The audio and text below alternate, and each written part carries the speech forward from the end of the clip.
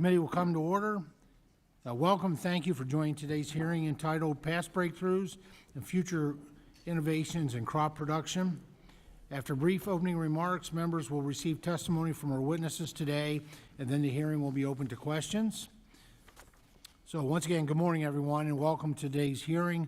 I want to begin by thanking Ranking Member Craig for her partnership in hosting this bipartisan hearing, and I appreciate the participation of our colleagues on both sides of the aisle who are here to examine a topic that lies at the very heart of American crop production, innovation. I also like to extend my sincere thanks to our panel of witnesses. You each bring valuable expertise and real-world perspective to this conversation, and we're grateful that you've taken time out of your schedules to be with us today. I look forward to hearing your insights on how innovation is shaping the future of agriculture and what we as policymakers can do to support that momentum. For generations, our farmers have not only fed this country, they've helped to feed the world. And they've done so by continuously adapting and embracing new tools, technologies, and practices. The success of U.S. agriculture has been built through ingenuity, hard work, and the strategic application of science and technology. From seed to soil to harvest, that innovation has been the engine that drives productivity, efficiency, and stewardship across the entire agriculture value chain. Simply put, American agriculture has become the envy of the world because we have embraced science, technology, and a commitment to progress. Throughout history, producers have benefited from a steady stream of scientific breakthroughs that have changed the face of farming. The introduction of hybrid corn in the early 20th century marked a turning point in the yield improvement and reliability. The expansion of modern fertilizers to meet key crops needs drove an additional era of unprecedented productivity. The rollout of biotechnology traits like insect-resistant Bt cotton and glyphosate-tolerant soybeans gave farmers important tools to combat pest and weed pressures.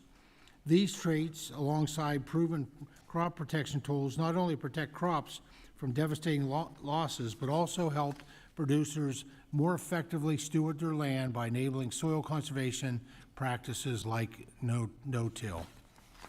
Alongside these historic breakthroughs, we've also seen remarkable progress on the next generation of tools to work hand in hand with these proven technologies. Innovations in the crop protection space have given producers targeted solutions that improved efficacy while reducing off-target impacts. Biological products such as biostimulants are unlocking new ways to strengthen plant health and productivity, and gene editing tools are already leading to the development of crops that are more resilient to drought, disease, and environmental stress, with traits tailored to farmer and consumers' needs.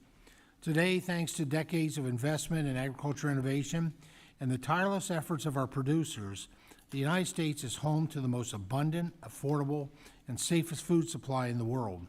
We should be proud of that legacy. We should also recognize that sustaining it will require us to remain forward-looking and focus on reducing the barriers that stand in the way of continued innovation. For these promising new tools to reach the farm gate and ultimately benefit consumers, rural economies, and the environment, we must have a regulatory environment that is grounded in science, transparent in its decision-making, and predictable in its timeliness and outcomes. When innovators face confusion about which agency has jurisdiction, or when reviews take years with no clear rationale, or when litigation is used as a tool to block technologies that have already been proven safe, we lose more than just time. We lose investment and competitiveness, and we risk falling behind global competitors who are moving fast to deploy the tools of tomorrow. As a committee, we have a responsibility to ensure that our regulatory framework are built for the 21st century and effectively protect human health and the environment without stifling innovation. That means modernizing and streamlining rules where appropriate, clarifying approval pathways for new technologies, and making sure that the rules of the road are clear and based on measurable risk, not hypotheticals. Today's hearing is about honoring the legacy of past breakthroughs while creating the conditions for future success. We'll hear about the incredible potential for emerging technologies, the challenging faces innovators, the real-world impacts on producers, and the opportunities for Congress to create smarter, science-based policy that keeps American agriculture on the cutting edge. With that, I'd now like to welcome the distinguished ranking member, the gentlewoman from Minnesota, Ms. Craig, for any opening remarks that she would like to give. Thank you so much, Mr. Chairman, and thank you to our witnesses for being here today. American farms are among the most productive on earth, enabling our farmers to feed the country and the world. They take responsibility seriously for this, just as seriously as their commitment to farm using methods that keep their neighbors, consumers, and the environment safe. Today, I'm excited that we get to focus on and learn about how cutting-edge biotechnology, tried and true crop production techniques, and sound policy equip our farmers with the tools they need to continue feeding America's families. To maintain a high-quality food production system, we need a regulatory framework that's transparent and based on sound science. The moment we begin to stray from these principles is the moment that trust in our food system begins to deteriorate. That is why I'm concerned with so many of the comments and actions coming out of the current administration that seem designed to undermine people's confidence in our regulatory system, attack innovation taking place on our farms, and make it harder for family farmers to do their jobs. Take, for example, the Maha Commission report, which was riddled with errors and cited non-existent studies. Errors and misinformation like these have consequences.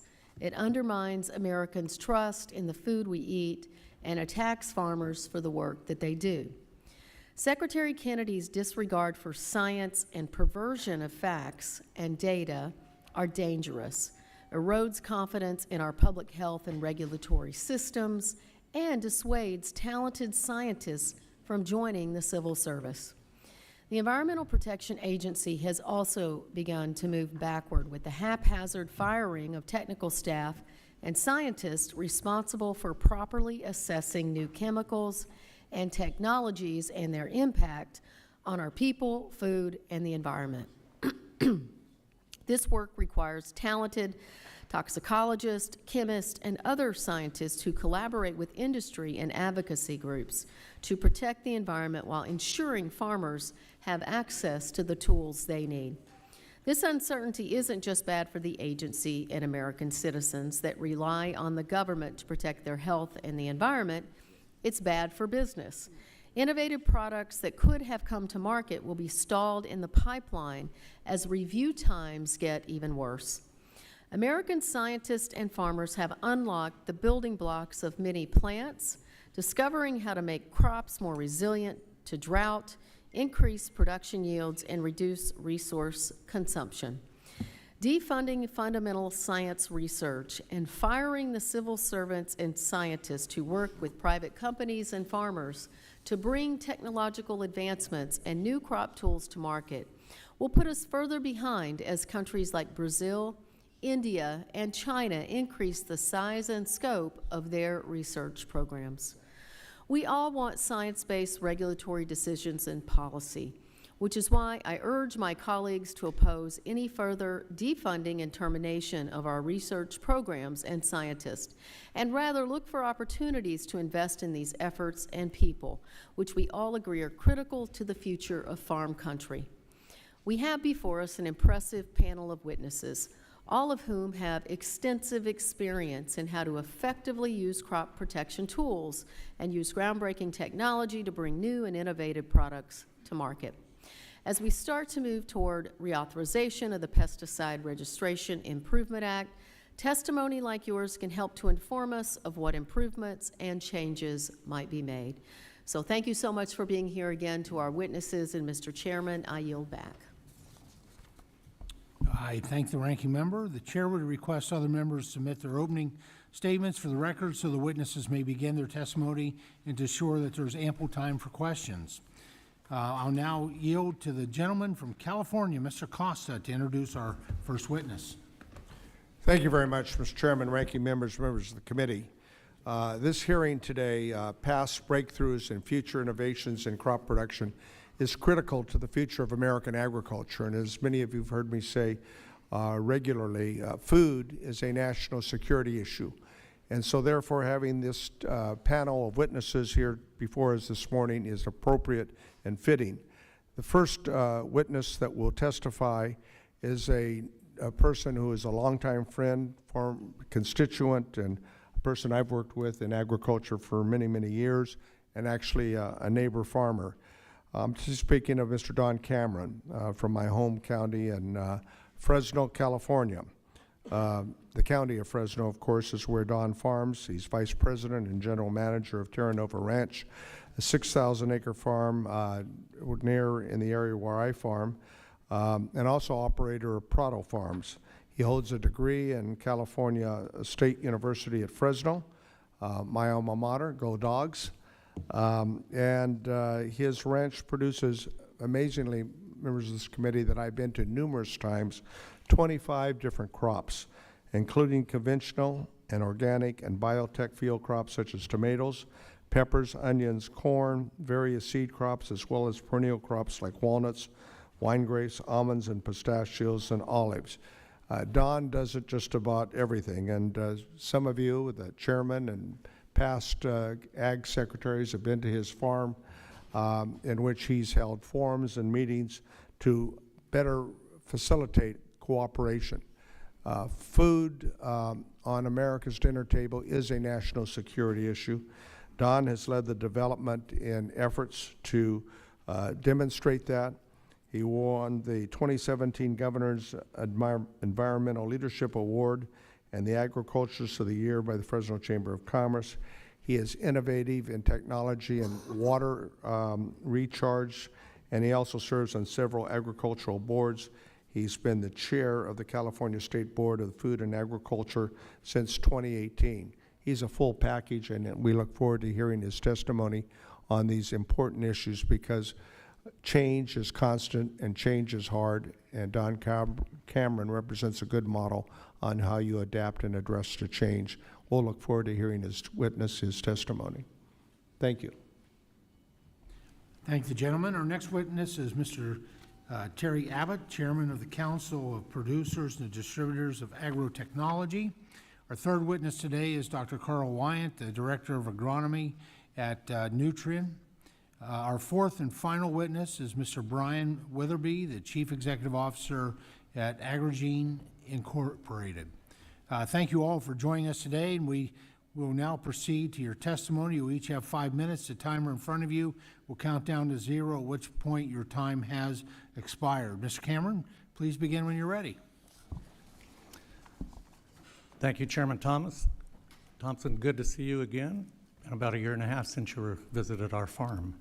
And Ranking Member Craig and members of the committee, it's an honor to be invited here today to help inform on the important decisions that you've been elected to make on behalf of U.S. agriculture and for food security for this nation.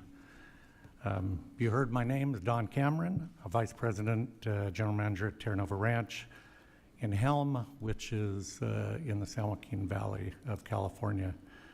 You heard we farm quite a few different crops. Jim missed a few, but I'm not going to bring those up. But we do farm a wide variety of different specialty crops on the farm. As I said, our capacities as a farmer have included being president of the California State Board of Food and Agriculture, which advises the California Secretary of Ag and the Governor on issues in agriculture for our state, and I'm also a Western Growers Board member. Farmers are in the business of providing healthy, nutritious food. The ever-increasing cost of inputs, seed, water, energy, and labor make for thin margins without room for error. To ensure my livelihood and that food arrives at your grocery store, restaurants, and schools, I must protect my crops from pests and disease.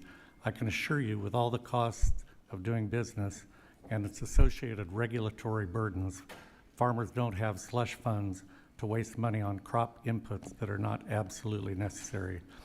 As a farmer, I'm aware of consumer apprehension about the use of pesticides, and in turn, retail grocery stores and restaurants that have also been sensitized to this issue. As a father and grandfather, I'm sympathetic to the consumer concerns when hearing about pesticides in the media. Sometimes we look past the fact that pesticides are regulated extensively by EPA with support from USDA, FDA, and state agencies to ensure that they are safe for human health and for the environment under the intended use using scientific data. The Federal Insecticide, Fungicide, and Rodenticide Act, FIFRA, mandates rigorous risk assessments to determine any necessary mitigation measures that must be taken before a product can be registered and safely applied. Fruit and vegetable growers must meet a high standard for quality demanded by consumers. In today's culture, where shoppers often bypass slightly bruised produce in favor of perfect-looking fruits and vegetables, the pressure on farmers to deliver flawless crops is immense. To support consumer expectations and public health goals centered around nutritious diets, a full range of innovative crop protection tools, including pesticides, is essential to ensure the reliable production of appealing, high-quality fresh produce. Growers have been investing in crop innovations for a long time and are making great strides to reduce reliance on traditional pesticides, increase crop resilience, and diversify with innovative technologies. The agriculture industry needs your backing in these efforts, including research and support for novel technologies. The Trump administration recently released the Make America Healthy Again, MAHA report, which spotlights the importance of and access to a healthy diet and can spur collaborations toward innovative tools to address concerns while cultivating a viable future for domestically produced fruits and vegetables safeguarded from pests and diseases. I'd like to highlight a few recommendations. You'll find more in my written testimony that will accelerate innovation, including at the USDA. The IR4 program, IR4 project, is a key resource for specialty crop industry, and we support increased funding to enable continued work with novel crop protection technologies for specialty crops, including biological crops or products. I also encourage an increase in research grants specific to the next generation of crop protection tools, specifically targeted at pests that are our greatest threat to our food supply. While the scope of the committee's jurisdiction over EPA is limited, I think we can agree that EPA's impact on agriculture cannot be overlooked. We appreciate the committee's attention to this issue. EPA staffing issues directly impact the ability to move applications through the registration process in a timely manner. There simply aren't enough EPA staff to keep up with the workload, and staff being hired are not as familiar with biologicals and are often grounded in conventional products. Growers support increased staff who can focus on biological registration. As I close, it's my hope that through conversations like this and through your leadership, we can pave the way for America to lead these innovations, and in doing so, continue to produce healthy food long into the future. Thank you again for the opportunity. I look forward to the questions and to this important discussion today. Thank you. Thank you, Mr. Cameron, for your testimony. Mr. Abbott, please begin when you're ready. Good morning, Chairman Thompson, Ranking Member Craig, and members of the committee. Thank you for the opportunity to testify today. My name is Terry Abbott, as I serve as Chairman of the Council of Producers and Distributors of Agrotechnology and as Senior Product Portfolio Manager at Adjuvants Unlimited based in Tulsa, Oklahoma. CPDA represents the formulators, distributors, manufacturers, and suppliers of adjuvants, inert ingredients, and post-patent pesticide products, representing nearly 90% of the U.S. crop protection market. Our members drive innovation across formulation, stewardship, and field performance. When we talk about innovation in agriculture, it starts with access to tools. Farmers need affordable, reliable options to manage pests, protect yields, and keep their operations productive. That includes maintaining a competitive market for post-patent crop protection products and ensuring a regulatory system that delivers timely, science-based decisions. Our industry also drives innovation beyond active ingredient. Companies like mine are advancing adjuvant and inert technologies that improve how products perform in the field. These tools reduce drift, enhance coverage, and support compliance with environmental requirements, including the Endangered Species Act. They are essential for precision, stewardship, and modern production. To keep these tools available, we need a regulatory system that works. Right now, over $500 million in CPDA member products are stuck in the EPA's regulatory backlog. In turn, CPDA strongly supports full funding for EPA's Office of Pesticide Programs, and we encourage continued improvements under PREA to strengthen transparency and predictability in the registration process. A well-functioning OPP benefits farmers, innovators, consumers, and the environment, ensuring access to safe, effective, and trusted crop protection tools. We appreciate the Farm Program improvements in the One Big Beautiful Bill Act, but we also support a Farm Bill 2.0 that builds on this momentum and reflects the needs of today's agriculture. Last year's Farm, Food, and National Security Act includes provisions we view as important.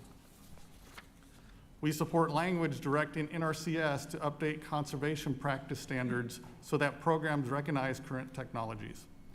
We also support expanding access to technical service providers to ensure farmers have expert guidance when implementing conservation plans. We are encouraged by the proposed Centers of Excellence for Crop Protection Products and Application Technology. These centers would support research and innovation in formulation and delivery, helping ensure the United States remains a global leader in crop protection, environmental stewardship, and ag innovation. Lastly, I want to emphasize the critical role crop protection technologies play in maintaining a safe, affordable, and abundant food supply. These tools undergo rigorous review and are used responsibly by farmers every day. As the MAHA Commission continues its work, we urge policymakers to recognize the science, the safety record, and the value of these technologies in supporting both production and public confidence. Thank you again for the opportunity to appear before you today. I look forward to your questions. Mr. Abbott, thank you so much for your testimony. Much appreciated. Dr. Wyatt, please begin when you're ready. Thank you. Good morning, Chairman Thompson, Ranking Member Craig, and members of the committee. Thank you for the opportunity to appear before you today to discuss innovations in crop production, including biostimulants. My name is Carl Wyatt, and I serve as the Director of Agronomy at Nutrien. I'm also a certified crop advisor and certified professional agronomist through the American Society of Agronomy, where I advise growers on their inputs and help solve problems during the growing season. Nutrien is the world's largest provider of crop inputs, including fertilizers and agronomic services, supporting hundreds of thousands of grower customers across the United States and globally. We serve 45 states through our extensive retail network, where we provide seed, crop protection tools, fertilizer, and agronomic services, supporting both conventional and organic farmers of many crops and farm sizes. We are proud to be a leader in agricultural innovation, including plant biostimulant products. Plant biostimulants are a class of crop inputs that includes diverse substances such as humic acids, seaweed extracts, beneficial microbes, and protein hydrolysates, among others. These work differently than fertilizers or pesticides, which add nutrients directly to the plant or soil, or protect the plant from pests and diseases. Biostimulants work by enhancing the plant or soil's natural processes, in essence, triggering the plant's own systems to boost nutrient release and uptake, improving stress tolerance to heat and cold, and supporting overall plant and soil health. For example, Nutrien's reactive carbon technology platform was shown in a study to improve yields in wine grapes by 13% over a control plot. This product works by stimulating microbial growth in the soil, which improves soil conditions and root growth, and therefore improves the ability of the plant to access water from the soil. This study took place in drought-prone California, highlighting the usefulness of biostimulants in a fertilizer program to improve grower outcomes. Biostimulants can also improve environmental outcomes such as reducing nutrient loss improving fertilizer use efficiency, and supporting plant resilience to extreme weather events. Unfortunately, plant biostimulants face an uncertain and inconsistent regulatory framework. There is currently no federal definition for plant biostimulants, leaving a state patchwork of regulations leading to inconsistent labeling and marketing claims, which could ultimately impact growers. Additionally, incorrectly treating biostimulants as pesticides delays innovation and denies useful tools for farmers. That is why we are urging support for the bipartisan Plant Biostimulant Act of 2025. This bill establishes a science-based federal definition of plant biostimulant aligned with international plant nutrition standards already recognized in the EU, Canada, and other major agricultural economies. The bill will provide regulatory clarity and consistency across all 50 states, ensure biostimulants are recognized as a distinct input category, and avoid misclassification under FIFRA, improve the integrity of product registration, and keep U.S. growers competitive with China, Brazil, and the EU. I strongly urge the committee to support the Plant Biostimulant Act and its inclusion in the upcoming Farm Bill so our farmers have the tools they need to meet the challenges of the future. Thank you again for your time and for your continued leadership in supporting American agriculture. Thank you. Dr. Wyan, thank you so much for your testimony. Mr. Weatherby, please begin when you're ready. Chairman Thompson, Ranking Member Craig, and members of the committee. Thank you for the opportunity to testify at today's hearing. My name is Brian Witherby, and I'm President and CEO for Agrigene Incorporated. Agrigene is an innovative agricultural biotechnology company working to transform how we manage pest species sustainably, precisely, and without reliance on chemical pesticides. Agrigene was fostered in the vibrant St. Louis biotech ecosystem with early support from BioSTL and BioGenerator, two nationally recognized organizations dedicated to advancing science-driven startups and building next-generation technologies in agriculture, health, and the environment.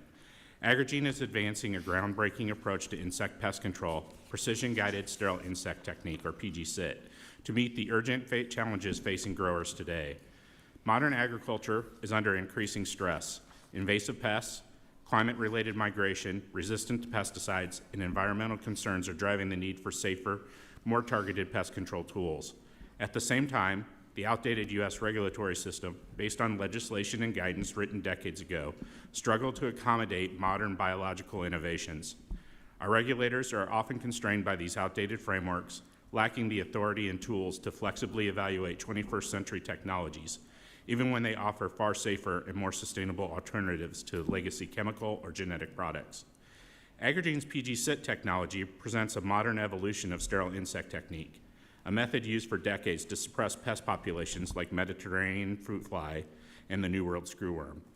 Traditional SIT uses radiation to sterilize insects, but this process often causes broad, unpredictable DNA damage, reducing male fitness and performance in the field.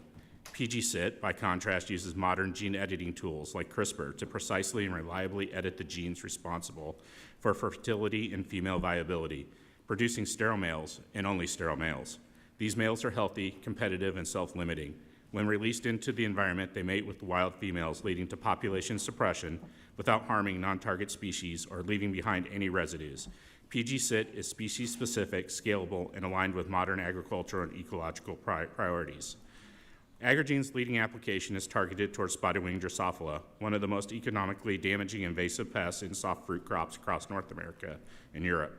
The annual economic impact from SWD in North America alone is around $1 billion. Existing control options for SWD rely heavily on chemical pesticides, the average age of which was introduced widely and used by berry growers is over 42 years old. These insecticides must be applied repeatedly, and as a result, SWD populations have developed resistance. PGSIT offers a breakthrough alternative. To validate our technology, university researchers at land-grant institutions in Washington, California, Oregon, Michigan, and Minnesota are currently conducting performance evaluation under controlled conditions. These trials, in partnership with leading entomologists and public sector scientists, demonstrate strong institutional support for PGSIT's real-world potential as a safe, effective, and sustainable pest control method. Despite this progress, regulatory uncertainty continues to limit deployment. Technologies like PGSIT don't fit neatly within categories defined by outdated laws like FIFRA or Plant Protection Act. Current agency guidance does not provide regulators with the flexibility they need to evaluate modern gene-edited tools based on their precision, safety profile, or ecological behavior. As a result, innovators face costly delays, inconsistent treatment, and significant barriers to commercialization, even for technologies that outperform conventional methods in both safety and effectiveness. Modernizing our regulatory system is not only necessary to bring better tools to growers, but also essential to national preparedness and biosecurity. The U.S. has faced costly disruptive outbreaks of invasive pests such as New World screwworm, Mexican fruit fly, and Mediterranean fruit fly. The next outbreak is inevitable. Without a modern regulatory framework that enables pre-approval and proactive validation of precision biocontrol tools like PGCIT, we risk being caught unprepared. To fix this, we must update federal legislation and agency authority to reflect the realities of 21st century biology, create science-based, risk-proportionate pathways that recognize the unique properties of biological and gene-edited pest control tools. Enhance interagency coordination is absolutely critical to streamline reviews and eliminate duplication, and then support field validation programs in advance of emergency needs so that safe, effective tools are ready for rapid deployment when threats arise. Cost and speed to market is absolutely critical to startup and emerging companies like Agrigene. This is truly a matter of survival. Therefore, an efficient, transparent, risk-based system is essential. The U.S. has the opportunity to lead the world in agricultural innovation, but we must equip our regulatory agencies with the modern tools, guidance, and authorities they need to support that future. Thank you. Mr. Weatherby, thank you so much for your testimony. At this time, members will be recognized for questions in order of seniority, alternating between the majority and minority members, and in order of arrival. For those who joined us after the hearing has convened, you will be recognized for 5 minutes each in order to allow us to get to as many questions as possible. At this time, I will recognize the gentleman from Oklahoma, Mr. Lucas, for 5 minutes. Thank you, Mr. Chairman, and thanks to our witnesses for testifying here today. Mr. Abbott, your testimony touches on the importance of producer choice and flexibility for pest management strategies. Yet the EPA's complex regulatory framework often makes it difficult for producers to access new and innovative crop protection products and post-patent products. Can you explain the regulatory hoops that a company like yours has to jump through before a product can hit the marketplace? Thank you, Congressman Lucas. Yes, so we help our customers develop inert systems for their post-patent chemistries that they're actually, so we support and do a supporting role. They ultimately submit, but we do the behind-the-scenes work with them. So we try to make sure that they have everything they need, from the confidential statement of formula to everything that they can think of. So, what, if anything, can Congress do to clear up the regulatory burden for innovators and bringing products to the market faster? From your observations, what could we do? Well, I thank you for PREA 5, and that was a great start. We're working towards it with Lee Zeldin coming on board, and we're starting to push through the backlog, but we've got a long way to go. I would say we need to be adequately funded. I know you guys have pushed that forward, but we really need you to work with your colleagues, if at all possible, on the Appropriations Committee to try to get full funding. Because as of right now, this is the 3rd year in a row, we're 20% light on funding on the OPP. Mr. Weatherby, your company has modernized the sterile insect fly technique to target a pest that's especially catastrophic to soft fruit crops. Your testimony touches on the unique challenges your company faces with regulatory uncertainty. But can you expand on this for a little bit? And as you're thinking about that, does the current regulatory framework incentivize new technologies? And if not, what can we do to help ensure that we incentivize innovative technologies like your own? Apologies. I think that's the tough thing, is that the legislation that's there has been there for chemicals. We're looking at modern breakthroughs that aren't necessarily there based in plants, or in our case, insects, or even biologicals. Part of it is the framework's not set up to handle those well. The expertise that's available for the EPA and the USDA is very focused on what they used to do, which was a lot of chemical pesticides and insecticides that went through. Updating the talent pool there, as well as the ability to handle some of these new technologies that fit very close. So my example would be that Agrigene's being treated as a pesticide. Even though we're not really a chemical that's being applied to anything, it is a biological material, but it is going down that path. So giving a little bit of flexibility to the people that are in the EPA and the USDA is really important. Also, because it doesn't fit clearly into any of those categories, we're actually having to go through both the EPA and the USDA and having for deregulation. And part of that is alignment is important. So part of it is that one agency can be a little slower than another and would keep us from getting to commercialization, which is, with a startup is vital that we get through. We have limited funding. Part of it is needing to get through some of those regulatory processes in order to show the proof of our technology. And that's true of a lot of these different companies. Absolutely. Mr. Abbott, turning back to you, your testimony mentions that many post-patent products still face the same backlog of approval at the EPA that the new chemistries face. Can you share with us your perspective on why this is continuing to occur even when these products have been in use for decades in most cases? Well, where it stems, and as I understand how the system works, they are required to go in through registration as well. So they don't leapfrog, they're still put in the line.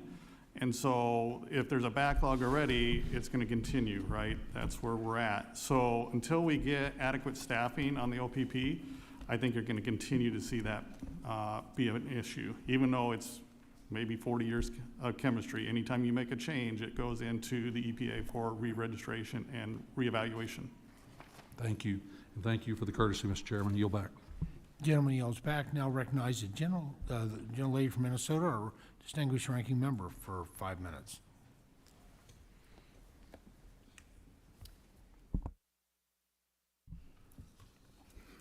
Thank you so much, Mr. Chairman. Mr. Witherby, I'm concerned that reduced funding and support for research is going to have serious downstream effects on new products and the private sector. You noted in your testimony that you worked with various land-grant institutions, including the great University of Minnesota. How do these research partnerships work, and how does public funding for research help to catalyze development of innovative private sector products? Yeah, thank you. Previously, like a lot of these land-grant universities, the professors there are, tabbed within the state to look at different technologies for their growers within the state. Part of the funding comes from either their ability to apply to the government for grants and or the university for grants. That money coming obviously from what had been funded towards, research and science. The other part of it comes from companies like us. And so, as I'd mentioned before, part of our innovation of getting products through and showing proof is that, we need to attract investors, and investors look at track record and look at how well you've been able to get your product tested and move forward through regulatory approvals. That's all kind of in a tough state when part of the university funding is held up or from the government based on some of this. And a lot of it is important pieces. Very similarly, we had talked a little bit about funding towards spotted-winged Drosophila, but it's also for New World screwworm, very similar. Something that now is important to protect not just for berries, but also now cattle and other things. And so these technologies getting tested and approved at some of these universities is really important for preparedness and to be ready to deploy commercially. Thank you so much. Mr. Abbott, in your testimony, you noted that Congress has fallen short of the minimum funding level that is set for OPP. You also said that a well-funded OPP benefits everyone. I completely agree. Are you concerned that recent staff reductions at EPA will lead to greater delays in product approval? And do these cuts, coupled with the anti-science rhetoric coming from Secretary Kennedy, create a healthy business environment? The way I understand it, I believe Lee Zeldin is moving the parts around. He's taking one over, because you're talking EPA in general. I'm focused more on the OPP side of things where the backlog is, and that's what's important to us. So I believe as long as we can continue to move staffing and full fund the staffing there, that's where we're gonna unstick the drain, if you will, right? That's where the holdup is on our constituents over here on the post-patent, as well as the multinationals. We're all affected by it. And the consequences? if we aren't able to fully fund and that gets slowed down. The consequences out. are the farmers in general, they're the ones that pay, right? Who's using the chemistries out there right now? If I go back in my career, and I've been at this for about 29, 30 years, a lot of the chemistries that I started out in my career are no longer there. And that's a good thing because some of them needed to go by the wayside. We have new innovation, new greener chemistries, and it's all around public safety and stewardship and environmental stewardship. So, go ahead, I'm Yeah, sorry. I was just going to say, is it your understanding that, family farmers across this country are committed to good environmental stewardship? I'm not sure, is environmental a banned word or not? I'm going to just, yeah. No, having been boots on the ground and actually talking with and working with farmers for most of my career, it's not a bad word.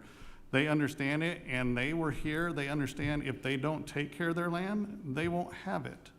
So they really need to take care of it and steward it so it continues to produce. That's certainly been my experience with Minnesota farmers. There's no group of people more committed to the land and good environmental stewardship than family farmers across this nation. So thank you so much, Mr. Abbott, and I yield back, Mr. Chairman. Thank you. I thank the gentlelady. Now recognize the gentleman from Georgia, Mr. Austin Scott, first for 5 minutes. Thank you, Mr. Chairman, and I can honestly tell you the last thing I did before I left home was to mix 15 gallons of glyphosate and spray a bunch of weeds, and I've been using that product effectively for over 30 years, and I think it's unfortunate what's happened. I think the litigation and the false narrative around that product is something that we need to pay attention to because it's been very effective at taking something that we need off of the markets in the United States, and it's expensive. And farmers don't just buy chemicals for the sake of buying chemicals, right? I mean, and the new technology is expensive, and one of the things I don't think we talk enough about is the land-grant institutions and research, and then the extension that has to come with that research for our ag communities to produce the products that we all depend on being on the shelves when the other 98 or 99% of Americans that aren't involved in agriculture go to the grocery store. So with that said, and again, going back to the land-grant institutions, how can industry and producers more effectively partner with the land-grant institutions to not only accelerate the development of these technologies, but ensure their practical deployment on the farm, and what additional support or policy initiatives might strengthen these collaborations to benefit both the innovation and the extension that's necessary for farmer adoption? Any of you can answer that question, please. Thank you. That's a great question. I think the first thing that we can do is recognize the role that extension does play in new product discovery, new ingredient discovery, workforce development. I'm sure in this committee, many of you had a stint in an extension lab at some point doing research, or maybe where it took a class for an extension professor. So I think recognizing that the extension's role in the supply chain process and in the innovation process is key. And I know my extension colleagues, they're sometimes strapped for that funding they need to do the work. And I think what we could do is help, give back to those extension researchers and make sure that they're getting the work done in the field that needs to get done. Thank you. Sir, we see in California, we have the University of California, and we have the University of California Ag and Natural Resources Department. We know that the research done on many of the land-grant colleges and universities does get transformed to the growers through the Ag Extension Service. We have relationships with them on farm, and we actually work with some of the researchers directly with the universities to do cutting-edge technology on our farm so that we can show other people some of the new advances that can be applicable really throughout California and the world. So having the connection between the university and the advisors is critical getting information out to growers. Mr. Abbott, I'm going to come to you with another question if I can, down to a minute and a half, but I do want to express one other concern that I have, and it is the accumulation of this technology by China through ChemChina, and I think we're being naive as Americans to think that allowing somebody who is now our no longer an aggressive economic competitor, but actually an adversary to control the chemicals that we need in the food supply chain, that's not going to come back to bite us. Mr. Abbott, in your testimony, you provided an overview on the challenging delays occurring at the EPA related to the regulatory review. I know you spoke to this, but with more than $500 million in post-patent and formulation improvement products stuck in that review, can you elaborate to the committee why timely access to these innovations is just as important, if not more important, than the new chemistry? Because it puts us in a better spot. We need to remain competitive, because otherwise we just hand it over, to your point, the Chinese, right? They're going to come in and they're going to take no prisoners, so to speak, to paraphrase there. So I think to get our growers in a competitive situation, we need to make sure we continue to quickly push those through, especially when the chemistries have been around for quite some time. Yes, sir. Gentlemen, thank you for being here. I look forward to continuing the discussion. I do think hopefully we'll see bipartisan efforts to solve these problems. With that, Mr. Chairman, I yield the 1 second. Gentleman yields back, and now I recognize the other gentleman from Georgia, Mr. David Scott, for 5 minutes. Mr. Weatherby, excuse my call, but you all at your firm have been working with the SWD flies for over 15 years. I want to talk about that because they're targeting our blueberries and peaches. And we lead the nation in producing blueberries and peaches. It's our great industry. Over $400 million is what our farmers bring in. And yet many Georgia farmers continue witnessing their crops being infested and destroyed by these SWD flies. I want to talk about that because it's putting both our supply chain and our farmers' income at risk. So can you talk to me about that, Mr. Weatherby? Can you expand on the benefits of Congress helping to grow these public-private partnerships that you're involved with? And can you help us in this area? What are you specifically doing? Yeah, thank you. So actually, we just spoke with a professor at the University of Georgia that we will start to do some testing on blueberries and peaches as well in Georgia here very soon. Part of the process going forward is that this is, and we talked about chemicals and other things of that nature. This is a safer, people do worry about their community. I had mentioned in my talk that we're dealing with chemicals that have been around for over 40 years. The only opportunity they have and your growers have is to continue to spray those. We've built resistance. A lot of those are harmful. Some of those did get removed, and importantly so. Unfortunately, they have no new tools because it's specialty crops. It's a smaller footprint compared to corn and soybean, et cetera. And so, the average to create a new active ingredient is 12 years of development and going through regulatory process and about $300 million. So it's very costly to bring on a new chemistry.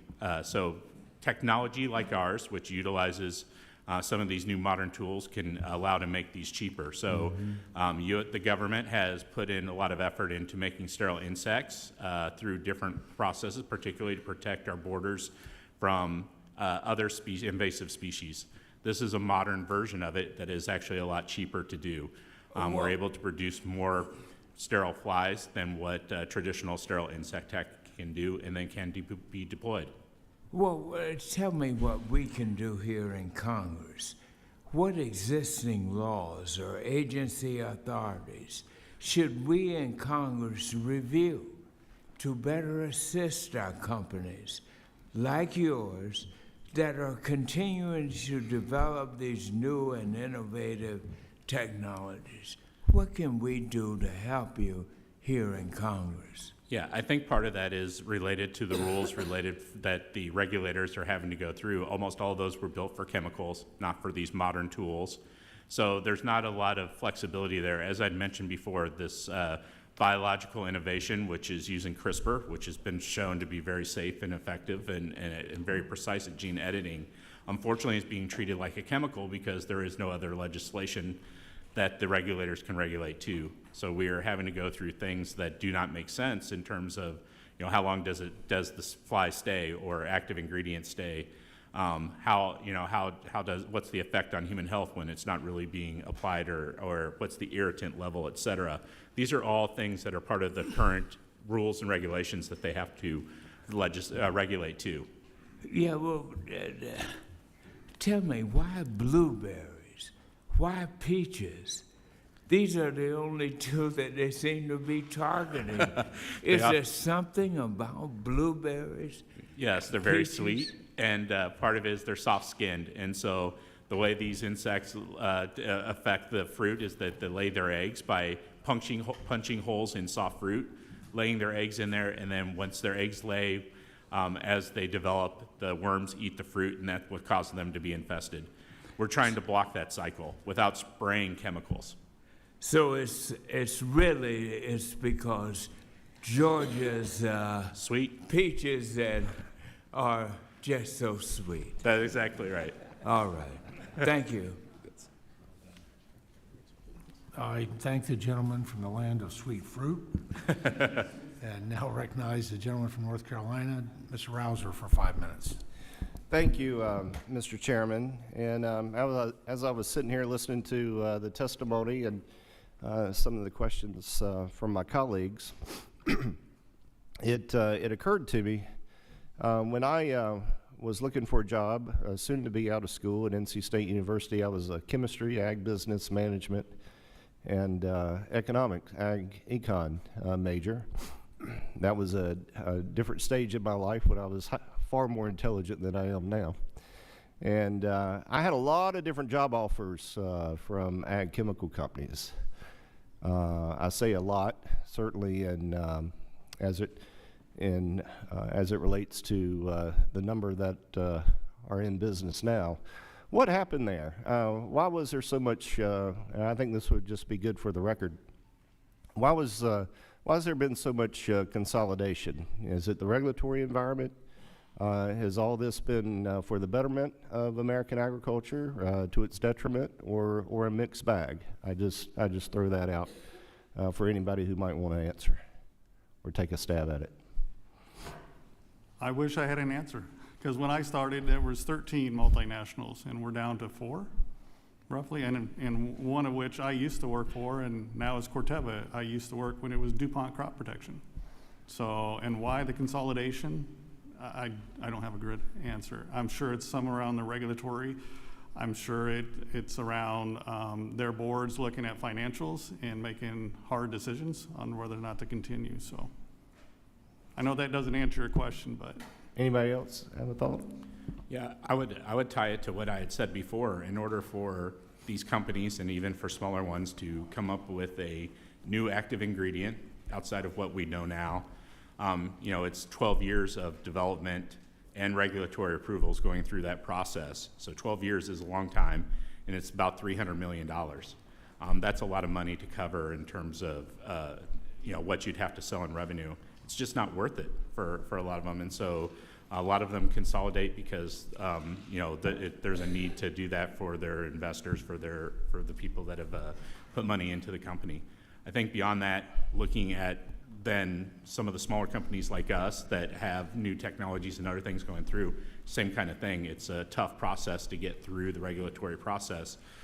They wait for those to happen and then may work to purchase those at some point, but it has to be proven at that point. Yeah, absolutely. Mr. Witherby, while we're on you, can you speak to the lengths a company like yours goes through to demonstrate environmental safety? Yeah, absolutely. So we're held to the same standard everybody else is, and for Part of that is that there's a series of testing. The rules are what the rules are in terms of chemicals, so we have to prove out that they're not a skin irritant, that they're not going to harm both the environment or human health. You go through series of tests. The problem is that you can put the data together and provide that in a package, but it's still going to take you 15 to 19 months for the EPA to then look through that, or the USDA, or both in our case. If that happens, then 19 months, 2 years is a lifetime. It's a lot of money for us to be able to keep up and going while we're waiting for those regulatory approvals. So that process of kind of aligning the folks there, then having kind of a quicker path to say, yes, it is, you know, you've met the standard of it is healthy to humans, it's not going to harm humans, it's safe for the environment, and then allow the testing at the institutions to, you know, to go on. That's the tough part. That waiting period is 3 to 4 years at times. That's just a killer for a company that is living off of small dollars. Yeah, absolutely. So just for the record, I've introduced the Reducing Regulatory Burdens Act the last 2 Congresses to end EPA or states from requiring permits under the NIPDES program for discharges of registered pesticides if they are used for their intended purposes and in compliance with their pesticide label requirements. And you think that's a good bill or not a good bill? It's a good bill if we can define what a pesticide is. And so right now that pesticide is being defined as a chemical. A lot of the folks here are dealing with things that are not just chemicals. You know, we're dealing with whether it's bacteria or insects or other soil treatments, et cetera. So if it's not a chemical, then that applies across the board, and that's what we're kind of looking for help with. Yeah. Well, I've only got 13 seconds left, so I will yield my time. Thank you, Mr. Chairman. Thank the gentleman. Now recognize the gentleman from California, Mr. Costa, for 5 minutes. Thank you very much, Mr. Chairman.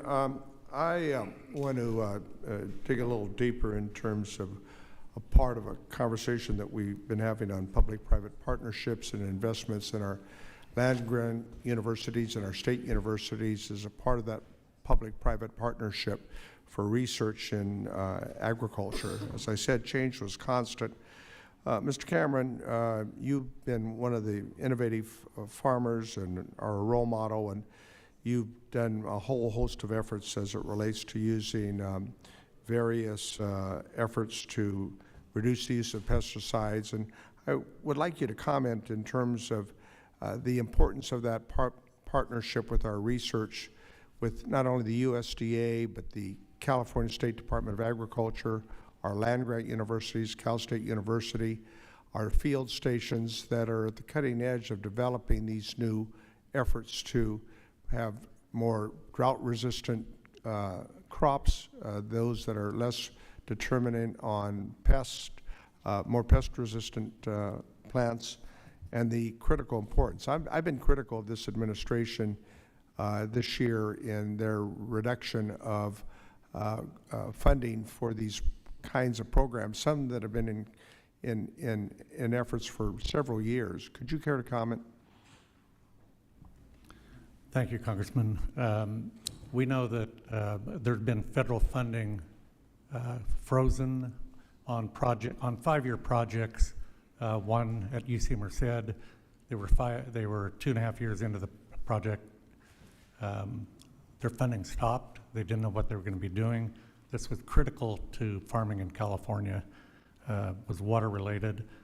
Fortunately, their funding came back and they're going to be able to finish their project. But we've seen where cuts have been made, projects have been stopped in their tracks, and the uncertainty that brings is really devastating to the research that they're working on, and ultimately to the growers within California and the U.S. Do you think it would be helpful if we attempted to try to find a effort to how many of these programs throughout the country are being taken in which sound research, sound science is taking place, and we're abruptly canceling these efforts that are critical to the future of American agriculture? No, absolutely. We know that the research that we're doing today is going to be the technology of our future. If we hold back on agricultural research, that hurts all of agriculture. It hurts the community, It hurts the whole process of food production. So anything we can do to maintain funding for serious agricultural research, we need to be on that. We don't want to get behind. We know other countries are moving ahead rapidly with technology and innovation, and I think we should be the leaders in the United Well, and States. with climate change and other factors we're dealing with, food, again, is a national security issue, and it will only grow in importance in our ability to compete. You have a particular experience with the Lygus outbreak and Pima cotton, and the lack of effective tools that were engaged in research. This is just one pest. There are others who have mentioned the dialogue between the Environmental Protection Agency and the California Department of Agriculture to pesticide research was trying to develop sustainable crop protection. What happened when there was a disruption that took place in the efforts to pursue this effort on Lygus? There was a situation in 2023 where Lygus became an extremely important pest in cotton production. It causes the boll of the flower to drop off, hence you lose production. There were products that were, the product that was registered throughout the other states hadn't, it actually had a lawsuit against it in California. It was brought back in. It still doesn't have full registration. There was an emergency exemption in 2025, but in 2023, California Pima cotton growers lost $41 million of production in just 1 year due to one pest. My time's expiring, but quickly, you know, California is among the most strictest pesticide and herbicide regulations in the country. The efforts to harmonize our own state regulations with the federal protocol, are we having any success there? We know that the federal EPA and the California EPA, Department of Pesticide Regulations, are both overburdened trying to get new registrations. Since we have dual registration, we need to coordinate, California needs to coordinate with the federal EPA so we have dual registration going on at the same time. Parallel registration. Thank you. Thank the gentleman. I'm going to recognize myself for 5 minutes of questioning. Ms. Cameron, it's good to see you again. Your testimony highlighted the importance of crop protection products and the rigorous regulatory framework the EPA carries out to ensure these products are safe when used as directed. Under the Federal Insecticide, Fungicide, and Rodenticide Act, Congress has prohibited states from imposing additional or different labeling and packaging requirements beyond the federal standards. Unfortunately, there has been misinterpretations related to this policy, which could eventually lead to an unworkable patchwork of state regulations or growers losing access to products altogether because of litigation. As a grower in California who relies on these products, what impact would it have on your operation if you were to lose access to products if Congress does not act to clarify that statute? Mr. Chairman, California many times is at a disadvantage because we have dual registration. Products may be available across the state line that aren't available within our state. So if you have growers growing the same crop in two different states, if you're in California, you don't have the same tools to be able to move forward and protect your crop. And many times it may be a safer material, a less expensive material. We know costs of growing in California are extremely expensive and highly regulated. So it tends to, the patchwork that we see going on tends to put our growers at a very strong disadvantage. We would love to see uniformity throughout the United States on labeling requirements. Well, thank you, sir. Mr. Abbott, much of your testimony was focused on the need for a well-functioning EPA Office of Pesticide Programs. It seems that over the past few years, the EPA has been slow to register new chemistries, which are of critical importance to growers who need every tool that they can get to control damaging pests, weeds, and diseases. What actions should Congress consider to support a more efficient, science-based EPA regulatory process that fosters innovation and ensures growers have access to safe, effective crop protection tools? Well, if I might, going back in the history of my career, I saw resistance firsthand. So I think it's important that we fund the Office of Pesticide. You've heard me say that already, and I think it's crucial that we continue to make sure those dollars funnel down to adequate staffing so we can push through those regulatory hurdles. Because ultimately, the grower pays for it, right?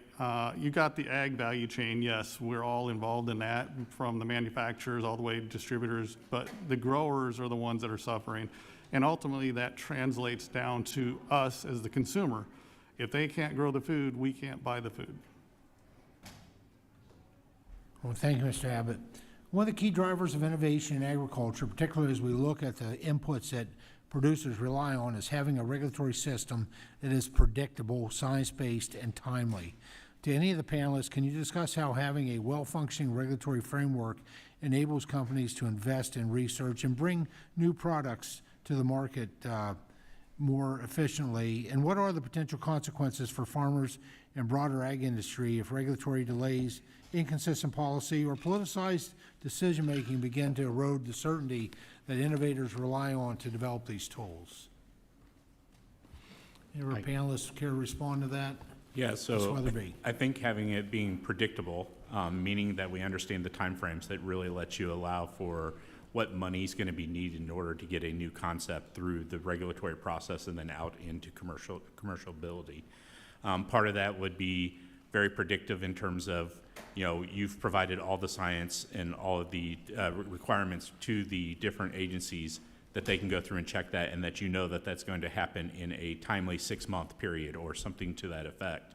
Right now, it is often paused and left to different timelines, and so now you're left trying to figure out, do I need to have enough money to keep the company alive and the focus alive for 18 to 24 months instead of just 6? So I think having that predictability is important for helping us understand what it's going to take to get innovation across the line and out to the growers.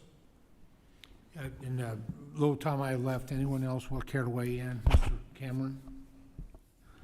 Yeah, I think the delays and the expense that go along with it prohibit small and medium startup companies from getting engaged and getting products to the finish line. They may have excellent products moving forward, but they don't have the capital, as you've heard, to go through the long waiting period of getting products to market. Thank you. Which may certainly lead to consolidation as well, that we touched Exactly. on. Thank you. Now, please recognize Mr. McGovern for 5 minutes. Well, thank you very much, and I appreciate the witnesses' time, and I've learned a few things during the testimony, but I don't have any questions for them directly. I want to express some frustration, not with you, but kind of with this Congress. I'm worried about where Congress is going, and I have to be frank. I think this hearing smells like cover for what Republicans on this committee actually want to do about pesticide policy. It's not the kind of innovation and precision that some of our witnesses touched on.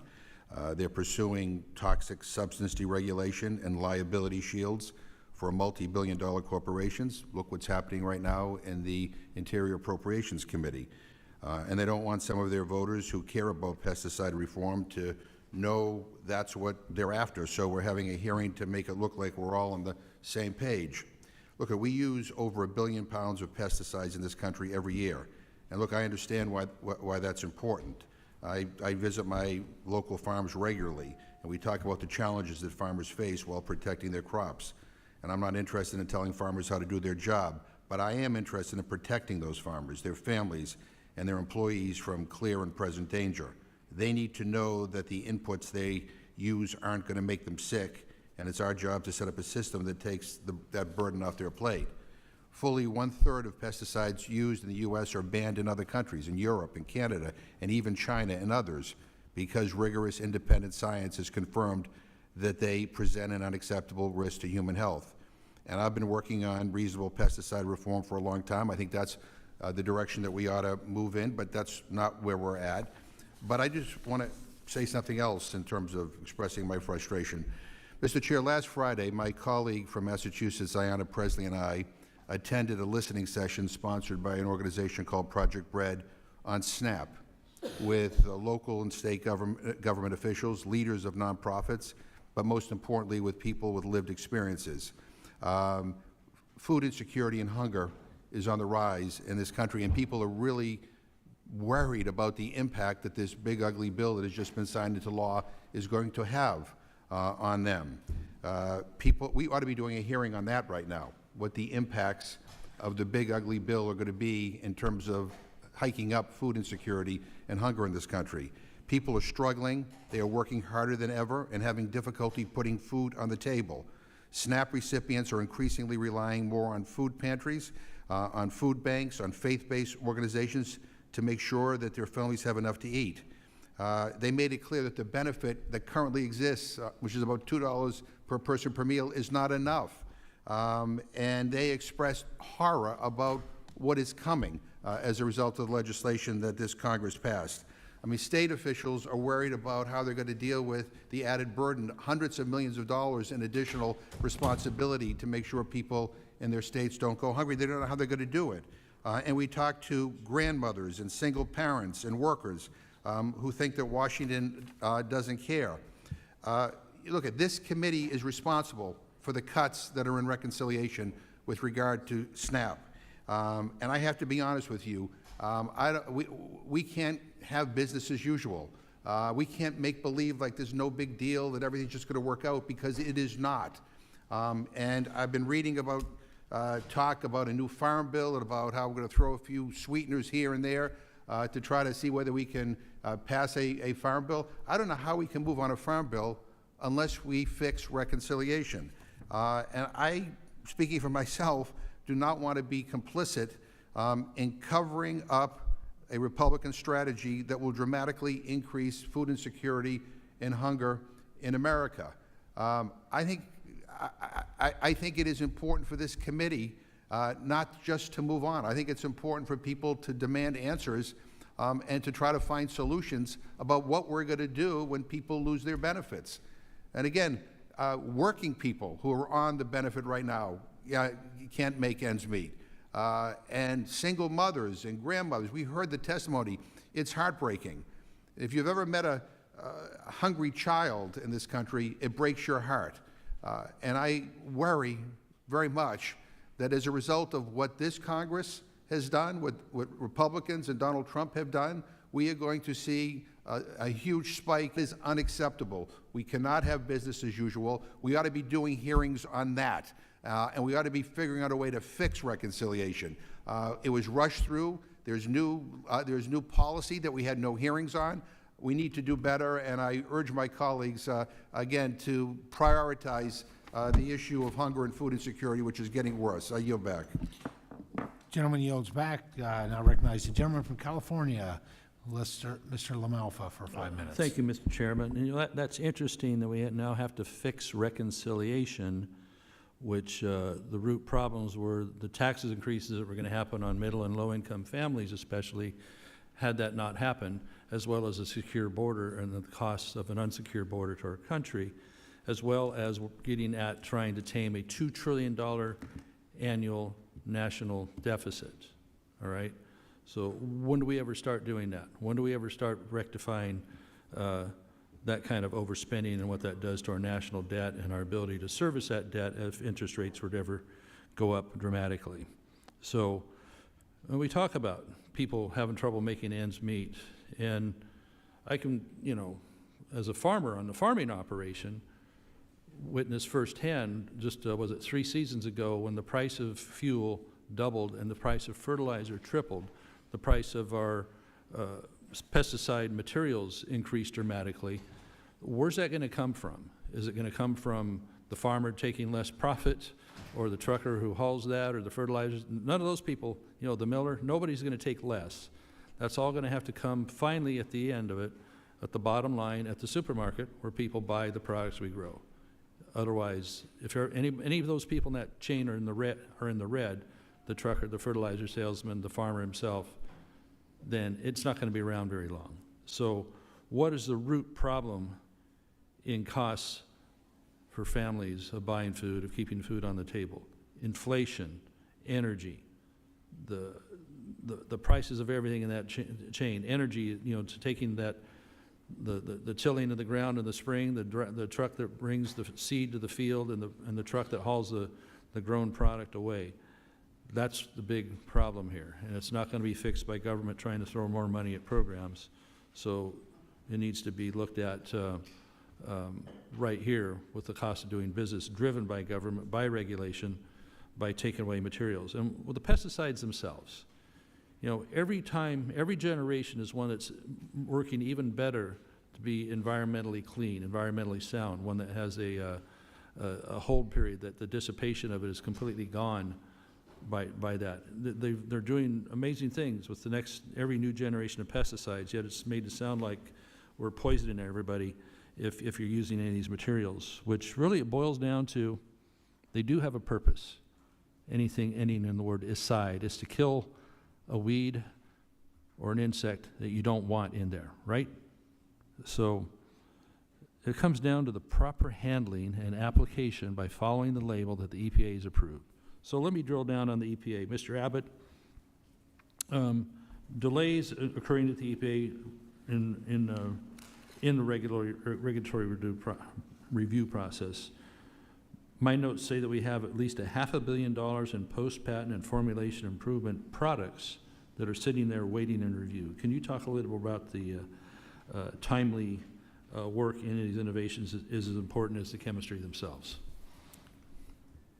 So the timely, let me just understand the question. So you're looking at the innovation as far as what we do as a company, and it goes back to my testimony and within Adjuvants Unlimited here, right? We try to improve upon the formulations that are out there.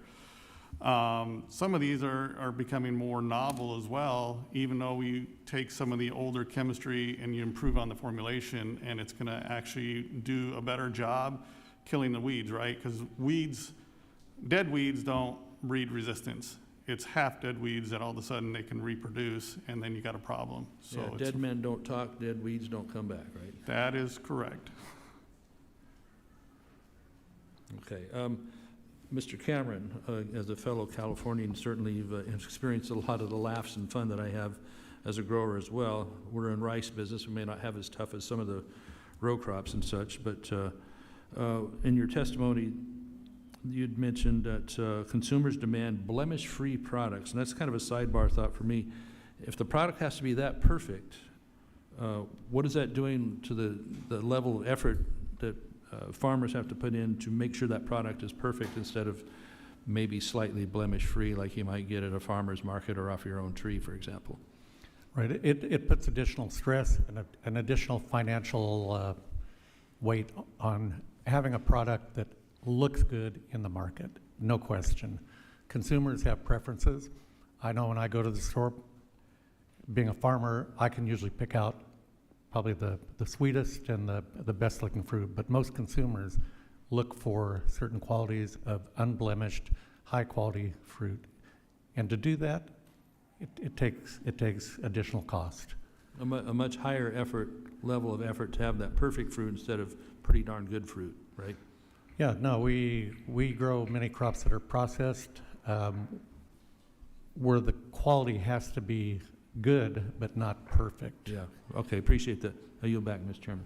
Gentleman's time has expired. Now recognize Dr. Adams for Thank you, 5 Mr. minutes. Chairman, and thank you to the witnesses for being here today.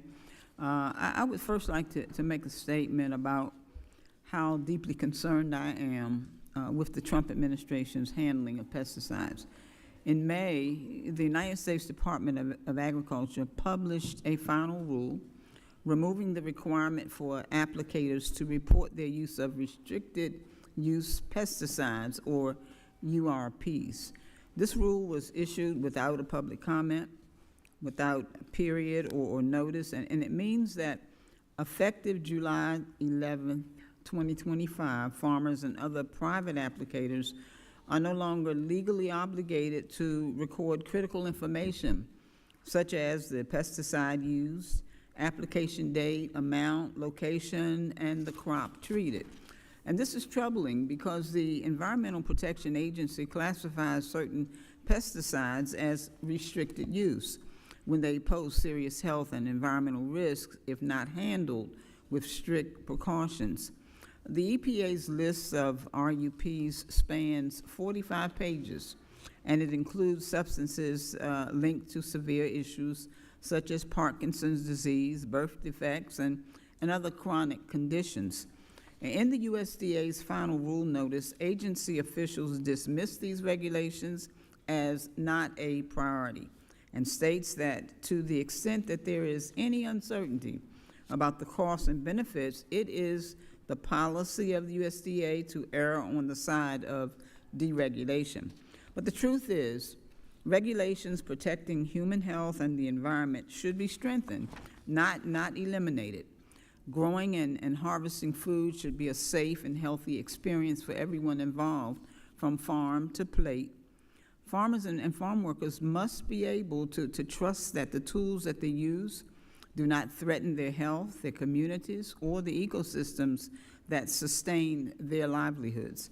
And families walking up and down the aisles of grocery stores should be able to trust that the products on the shelves are safe to consume. Mr. Chairman, I'd like to submit for the record the rules and regulations section of the Federal Register, which speaks to the use of pesticides by certified applications. Without objection. Thank you. Let me continue by saying that an increase in resistance to pesticides means that pests are developing the ability to survive exposure to pesticides that were previously effective. This is a significant concern in agriculture and public health, as it can lead to crop losses, disease outbreaks, and the need for more potent and potentially harmful chemicals. Mr. Weatherby, we've seen an increase in resistance to pesticides over the years with limited new chemical development. So can you speak to how technologies such as agrogenes improve our ability to fight pests and limit chemicals in the environment? No, thank you. So part of the technology, in particular to agrogene, development of using sterile insects would also then very effective against resistant populations. You start to decrease those resistant populations, so you start to get rid of those, which would also make chemicals more effective. Part of it would be kind of the carry-on effect of reducing the amount that needs to be used, also taking advantage of new technologies that are maybe a little tougher for insects or pests to build resistance against. Okay, would anyone else like to respond? Yes, sir, go ahead. Got 50 seconds. All right. We use a lot of different technology on farm. We use pheromone for mating disruptions. We use sterile release of moths to prevent mating of navel orange worm so that we don't have to spray as often. In California, we have a system. We actually are required to, for any restricted material, put a notice of use, and it is reported via a website. The location is within 1 square mile of the application, and there are notifications that are sent via email, text, or other ways to anyone who is interested in any restricted material applications in their area. So Right. We've been very proactive in California to put this in place. Thank you, sir. Mr. Chairman, I yield back. Thank you, gentlemen. I thank the gentlelady. Now recognize the gentleman from Iowa, Mr. Feenstra, for 5 minutes. Thank you, Chairman Thompson and Ranking Member Craig. Thank you for the witnesses for coming today. I am in the second largest ag district in the country, probably #1 in corn and soybeans. And, you know, when we look at feeding the world, we need to create some of the safest and most affordable food, fuel, and fiber that we can do that. And we are currently doing that. I'm very grateful for all that you have noted. These tools go through robust science and risk-based regulatory processes and ensure safety for human health and for our families and for people around the world. And I'd like to just talk a little bit about this, of how we can get to the next level, all right? We know from the past what we've used, but now when we start looking at FIFRA, a science-based process to regulate distribution, sale, and the use of pesticides to ensure human and environmental safety. And then you have PREA, who establishes a fee-based system to support timely review of pesticide registration, So these are two significant tools that we use to review and create science-based, safe production of product. So my question is this. We saw pesticide registrations fall more than 70% over the last several years. And by the way, I talked to Administrator Zeldin from the EPA, and he is very well aware, and he said, Randy, we got to do something about this. This is ridiculous that we're far behind. I mean, these are great tools that are on the forefront, but they're not out there yet. So I want to talk to Mr. Abbott first. What is your thoughts on this? How does this affect the current farming community when it comes to crop protection tools and safety, and how we can look forward? Well, as I've already previously mentioned, they pay for it, right? And they are looking for tools to manage resistance. They need to rotate, right? Else I'll use fungicides. If you continue to use the same fungicide over and over, you're going to develop a resistance at some point. So in order to avoid that, you need to rotate, and that's where the different tools come into play. Right. So there's new cutting edge tools that are on the forefront. I mean, you start looking at that, what that means. Less product going, in the air, in the water, and all this stuff. Can you elaborate on that a little bit of what's out there? Well, and I'll go from the adjuvant side of the thing, right? What you're adding to the tank besides the pesticide, the active ingredient, how do you make it work most effectively? And that's managing drift. That's also making it more effective, getting into either the plant tissue or the insect, soft-bodied, whatever it is. It's influencing that tank mix to a positive effect, right? You want to make sure, we talked about dead weeds, right? You don't want to have to respray. That's where you get more chemicals on there. That's right. So it's about managing that. Don, you want to expand on that at all?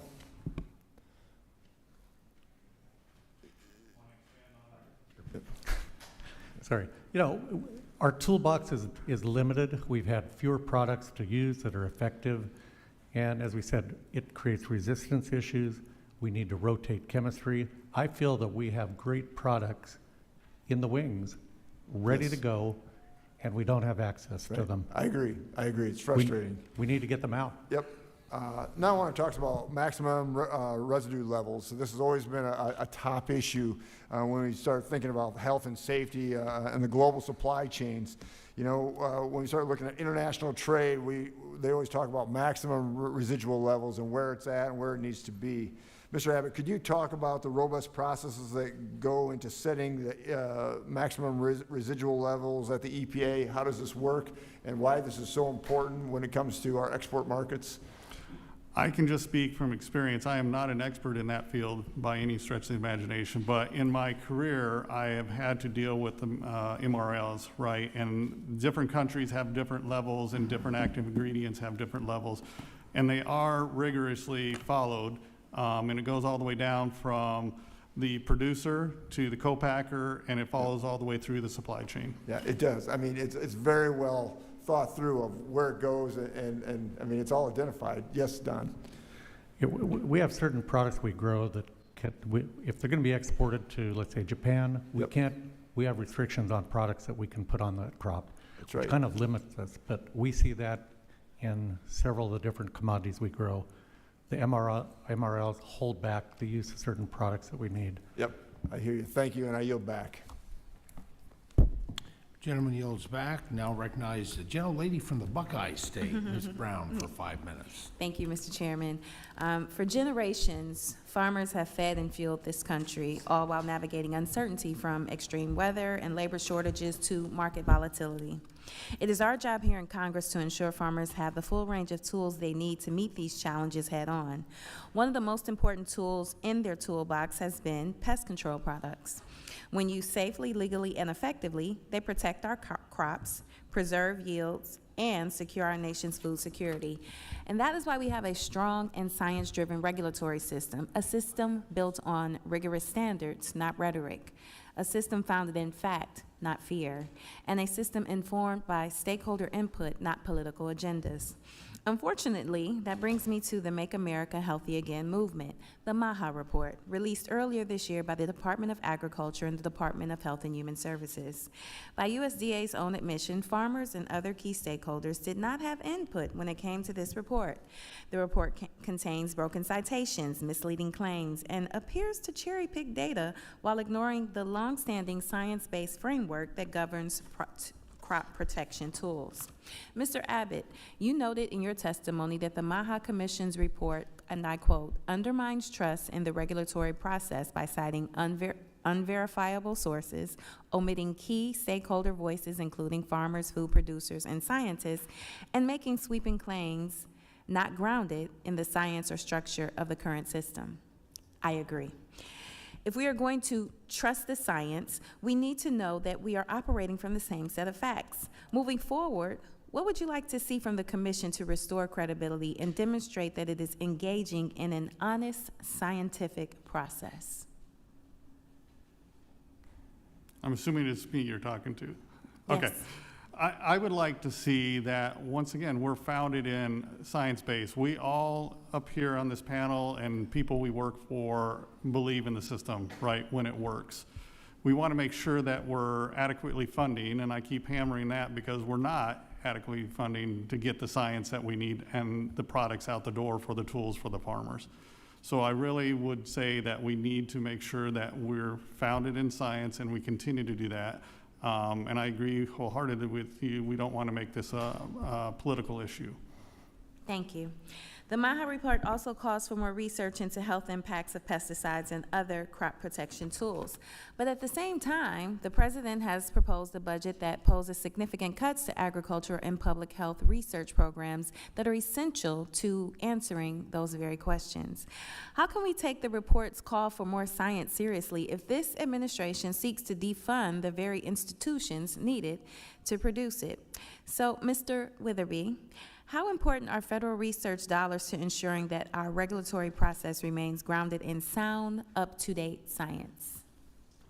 Well, I think part of it, first of all, is just making sure that you have the best scientists that are part of that regulatory process reviewing these, that they're up to date on modern technologies, that they've had a look at this, and that they have the opportunity to quickly review and understand the safety and the environmental impacts to some of these new technologies. That alone, and then, we have land-grant universities and folks that are there to test some of these new properties. Part of it is getting through the regulatory process in order to enable that testing to be done. That also requires dollars to do some of that testing at the universities. So funding part of that research is vital to building up our scientific knowledge and our understanding of some of these new technologies and how they're, how quickly we can get them through some of those regulatory, resourcing in order to have their appropriate people in place to allow these new technologies to get through in a timely manner is important. Thank you so much. Sound policy starts with sound science, and that means trusting the facts. Please know that I am committed to working with my colleagues to support the next generation of crop protection tools grounded in research and innovation so we can build a food supply that's not just safe, but more resilient and secure for the future. And with that, Mr. Chairman, I yield back. I thank the gentlelady. Now recognize the gentleman from Alabama for 5 minutes. Thank you, Mr. Chairman, and I appreciate all the witnesses being here today. Ronald Reagan had a saying, he said, the government's idea on the economy is when it's moving, you tax it.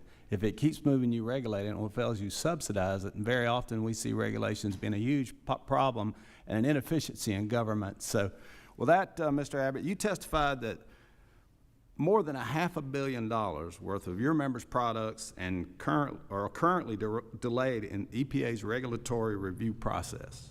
Products that include both post-patent tools and adjuvants critical for crop protection. Can you explain how this backlog is affecting grower access to proven technologies and what consequences that has on production efficiency and cost? Well, as I've mentioned already before, it puts a tremendous strain on the tools that are already out there, right? So we need to have access, or they need to have access to those tools to, from a rotational purpose, and to continue to apply the adjuvants that are part of that tank mix as well, and they need to have timely access to those as well. somebody mentioned earlier that there's just like a chemical, it's already been approved, but somehow it's still backlogging the process. Is that the case too as well? I think one of the witnesses mentioned that earlier. Y'all familiar with something that may have been approved that's still being held up because it's in some sort of new technology?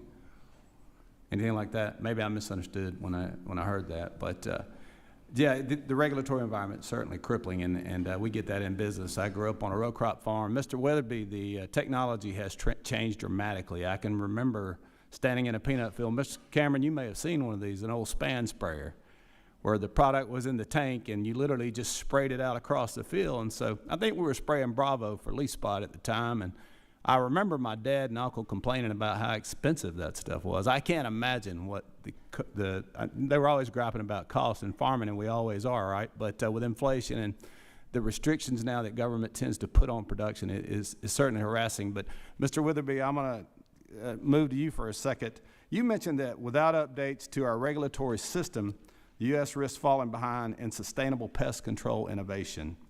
What would that mean for American growers and our agricultural competitiveness if the technology like PG-SIT were delayed or even possibly adopted in competing markets, say in China, Brazil, or the EU?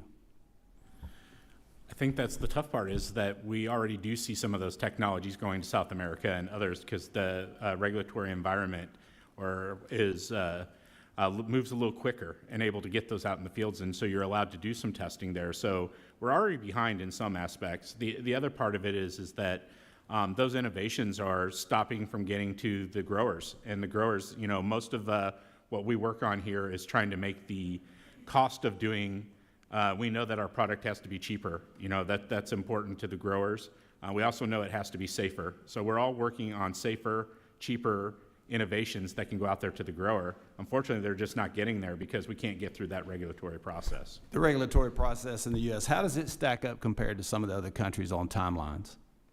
The timelines are a little longer. I think the part is that it's hard to judge because there are certain things that say there are timelines, and you do pay money into going into those, but you often get delayed, or there might be not enough staff, and so you're kind of left to guess that you're going to hit that timeline or not, and then there's extensions. So it's unpredictable. It probably takes a long time to just get an extension, doesn't it? Absolutely. I can't imagine. So, yeah, when I was first out of college, I worked with Elanco Animal Health, and I think it was 12 years then. If we found something that we thought might work, the science behind it was pretty darn good. It would take us 12 years to actually get that to the market. So I think that's about the timeline you're looking at now. You say 12 years possibly to get something. If you find something that might be good for the growers, it takes maybe 12 years now. Is that what kind of the timeline for here in the U.S.? Yeah, it's from development through registration and into hands about 12 years and about $300 million. It's tough to cash flow for 12 years, guys, if you hadn't got a product. Go ahead, Mr. Cameron. I got about 40 seconds. I'd love to hear from you. I'll talk quick. Since you're from California, we want to hear from you too. No, we see that Brazil is taking the lead in biological use on farms, and their government has partnered with the companies that are producing this to get the product in the field to the growers. I'm leaving Saturday to Brazil for a week with Secretary of Ag out of California. We're going to see what they're up to. It'd be nice if government would come alongside instead of ride on our backs sometimes, guys. I appreciate it. I'll yield back, Mr. Chairman. Thank the gentleman yielding back. I now recognize the gentlelady from Kansas, Ms. Davids, for 5 minutes. Thank you, Mr. Chairman, and to our ranking member, Craig, for holding this hearing today. Protecting the integrity of our agricultural supply chain from pests and animal diseases is critical, not just for our economy, but for our health and for our national security. From the fields where farmers work hard to protect their crops to the grocery store where Kansans are already stretching their budgets to feed their families, we see just how deeply interconnected food security and national security really are. I know we've said it a lot of times in this committee that food security is national security. That's why investments in agricultural research are so important. These innovations help farmers and ranchers produce more. We've heard this multiple times today. These innovations help farmers and ranchers produce more, waste less, and improve the nutrition and safety of the food that we eat. In Kansas, innovation in agriculture means that our farmers can feed the world while keeping costs down, something that directly impacts families at the grocery store. And that's especially important right now. Between 2020 and 2024, retail food prices went up more than 23%. Families are feeling those price increases acutely. Mr. Weatherby, in your written testimony, you mentioned the New World screwworm. Its continued spread could absolutely severely impact our cattle producers and even pose risks to humans. Can you talk a bit about how innovative tools to fight pests like the screwworm can help protect our food supply and more broadly, the agriculture economy? Yeah. So in particular with New World screwworm, one of the key pieces that we use to fight that is sterile insect technique. It's been around for 60 years. It's effective. But we haven't tried to improve upon that, and that's what part of the technology changes there are. There has been other groups that have developed lines that could cut the cost of production, which, when we start to see an national emergency, all of a sudden the costs are very significant.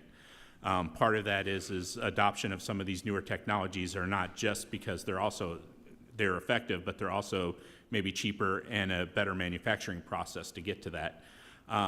Investment into some of those technologies that allow for us to get to the same kind of control and the same kind of agents, but at a cheaper cost and at a quicker timeline are important as well. And those are things that are often go neglected because it hasn't become a problem yet.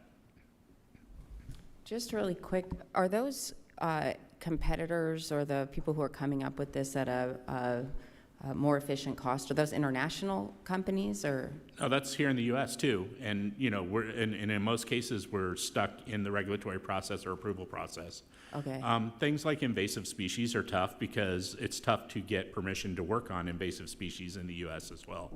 Obviously, they're not introduced here, but it's one of the things we're worried about protecting. So partnerships with the government, USDA, other institutions are really important, and so part of that funding is needed to allow for these private and public partnerships to get these done, and not just to utilize old technologies, but to adopt some of these new technologies towards these problems. Yeah, well, thank you.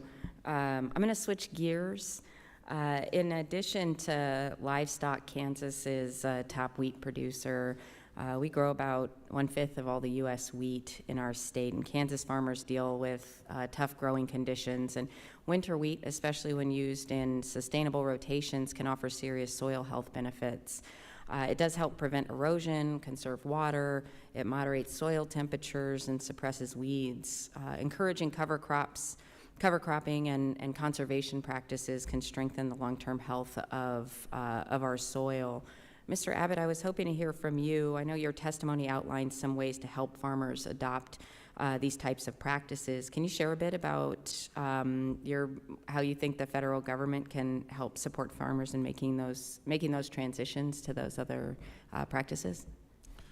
Well, I think just like the NRCS, recognizing adjuvants and giving them credit for that. We've been in discussions with them, and we could use your help to help push those colleagues along, because we want to get that point system and give adequate credit to there. Now we're working with the scientists, and our folks on the data side are supplying what they're asking for. But really and truly, that's how we're going to get to the next level on a conservation aspect. Thank you. And thank you to all of our witnesses for taking time to be here with us. Chairman, I yield back. Thank the gentlelady. Now recognize the gentleman from Minnesota, Mr. Finstead, for 5 minutes. Thank you, Chairman Thompson. I really appreciate you holding this important hearing today, and thank you to our witnesses for being here and for everything that you do for the ag industry. As a fourth-generation farmer from southern Minnesota, I raise corn, soybeans, and kids. My 7 kids, the 5th generation, God willing, that will take over our farm someday. Really appreciate hearing your testimony. A couple of thoughts that I have here, really around innovation and precision agriculture. As someone who has watched the evolution of my family farm over generations, everything from the moldboard plow to now we have the chisel plow, we have areas near us with no-till, strip-till, and really we're managing our farm at sub-inch accuracy with GPS technology. And when you look at today's prices, when you have sub $4 corn, sub $10 beans, I I don't think a lot of us are raising our hands saying, hey, I want to manage my farm to the dollars. We're managing it to the pennies. And so we're not throwing money away where we don't need to, and we're making sure that we're putting what we need, where we need it, when we need it. And the tools that you all and your industries provide us have really helped us become much more efficient. And if you look at, with what I just said and the adoption of precision agriculture technology and all the innovations, American farmers have increased their production output by 175%.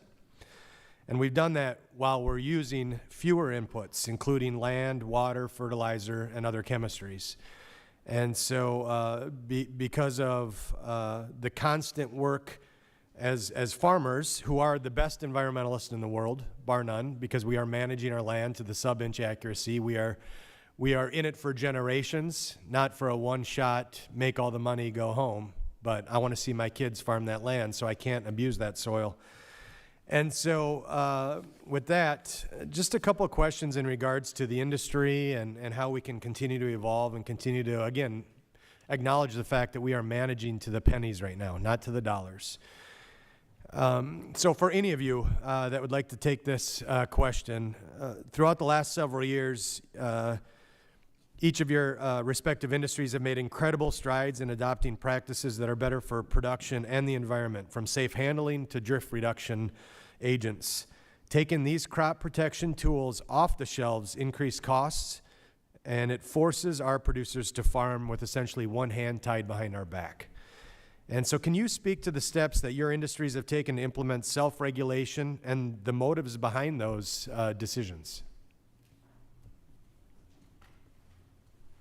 I'll go ahead and start. So we personally were doing a lot of research and making sure that we know what we know before we actually release the chemistries out there to the public. And we do a lot of research behind the scenes and work with companies and customers to get them exactly what they need. And a lot of the customers that we service, you more than likely buy from. So at the end of the day, we want to make sure you have the viable tools and at the most cost effectiveness that we can provide you to. Anybody else want a shot at that? Yeah, I think in terms of safety, that's one of the more important things we're dealing with, ensuring that our products are safe. No one's going to use them if they aren't safe. The other thing is that we're entrusting some of these products. You know, we're not doing these by ourselves. That's why we utilize land-grant universities, where the professors and stuff are part of the community, are part of the neighborhood, and part of that environment. And it's important that they're able to provide testimony to the growers and the farmers in terms of a product's integrity. And I think that's where all of us try to get our products tested and looked at, because it's important to build that trust, and also to understand, you know, voice of customer is always very important to us. We need to understand, where does it need to be safety? Where does it need to be cost-wise? How does this be more effective? And we want that feedback in order that we can put that into our product development.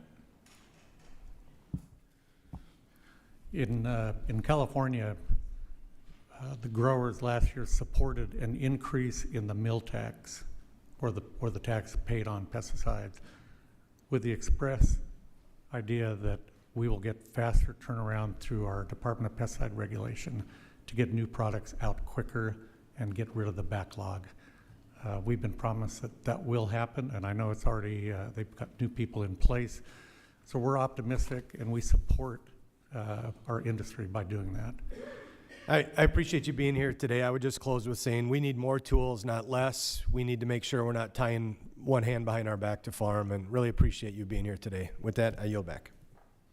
General yields back. Now please recognize the gentlelady from Oregon, Mrs. Salinas, for 5 minutes. Thank you, Chair Thompson, and thank you to Ranking Member Craig for holding today's hearing, and thank you to our witnesses for your participation today. I'm really proud to represent a district that is home to countless specialty crops, some of the finest wine grapes in the world, the vast majority of this country's hazelnuts, and a really impressive variety of berries are all in the Willamette Valley. And when I meet with these producers, I hear about the unique challenges specialty crop producers face and how they sometimes feel left behind by a federal government that really focuses a lot of times on large commodity crops. And that's why these producers really make the absolute most out of the specialty crop specific programs that do exist. Take the IR4 project, for instance. The crop protection industry focuses much of their efforts on major crops that provide the best return on an investment, and that makes sense for their business. This leaves specialty crop producers, though, whose crops may not be compatible with traditional pest control methods, with fewer options to protect their livelihoods. IR4 fills this gap by using federal funding to develop specialty crop-specific crop protection methods, which may not have been otherwise discovered or pursued. Mr. Cameron, this question is for you. I appreciated that in your testimony you acknowledged the importance of the IR4 project and maintaining an emphasis on specialty crop-specific needs. Could you expand a bit on the importance of IR4 and explain how increasing funding for it will benefit farmers? Be happy to, thank you. The IR4 program does work for specialty crops. We need more funding. We know that many times we don't have the tools we need for the crops that we grow. A good friend of mine started growing agave. There's absolutely nothing labeled for agave in the United States. We grew Waiuli many years ago for seed production. It's a latex plant that people don't get allergic to.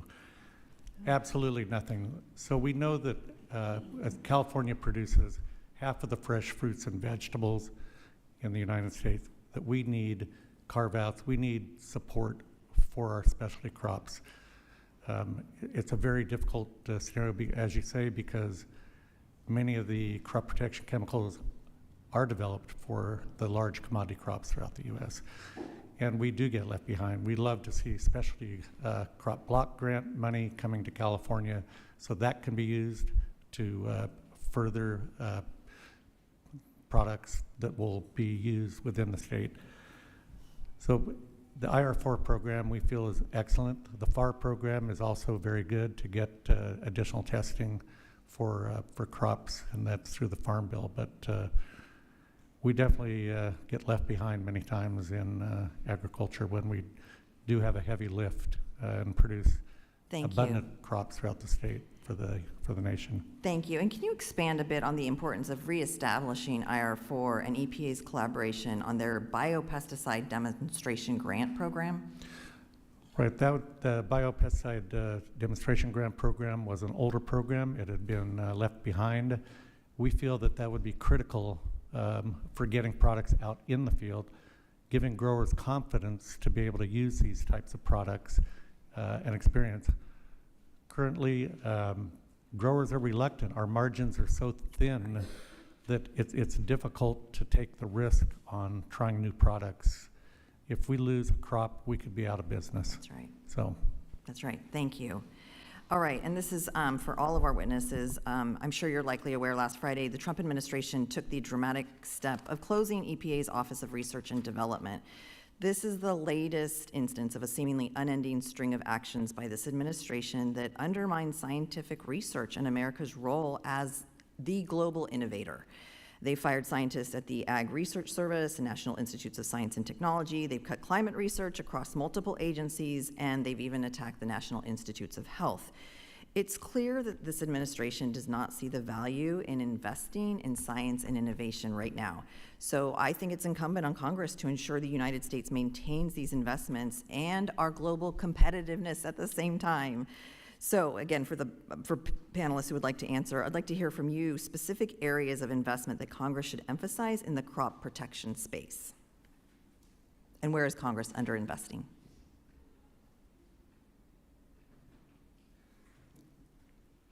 Well, I think we need to invest in newer innovation, new technology, right? We've heard that time and time again today, and I think that's where we're going to grow, and the farmers are going to get the tools that they need.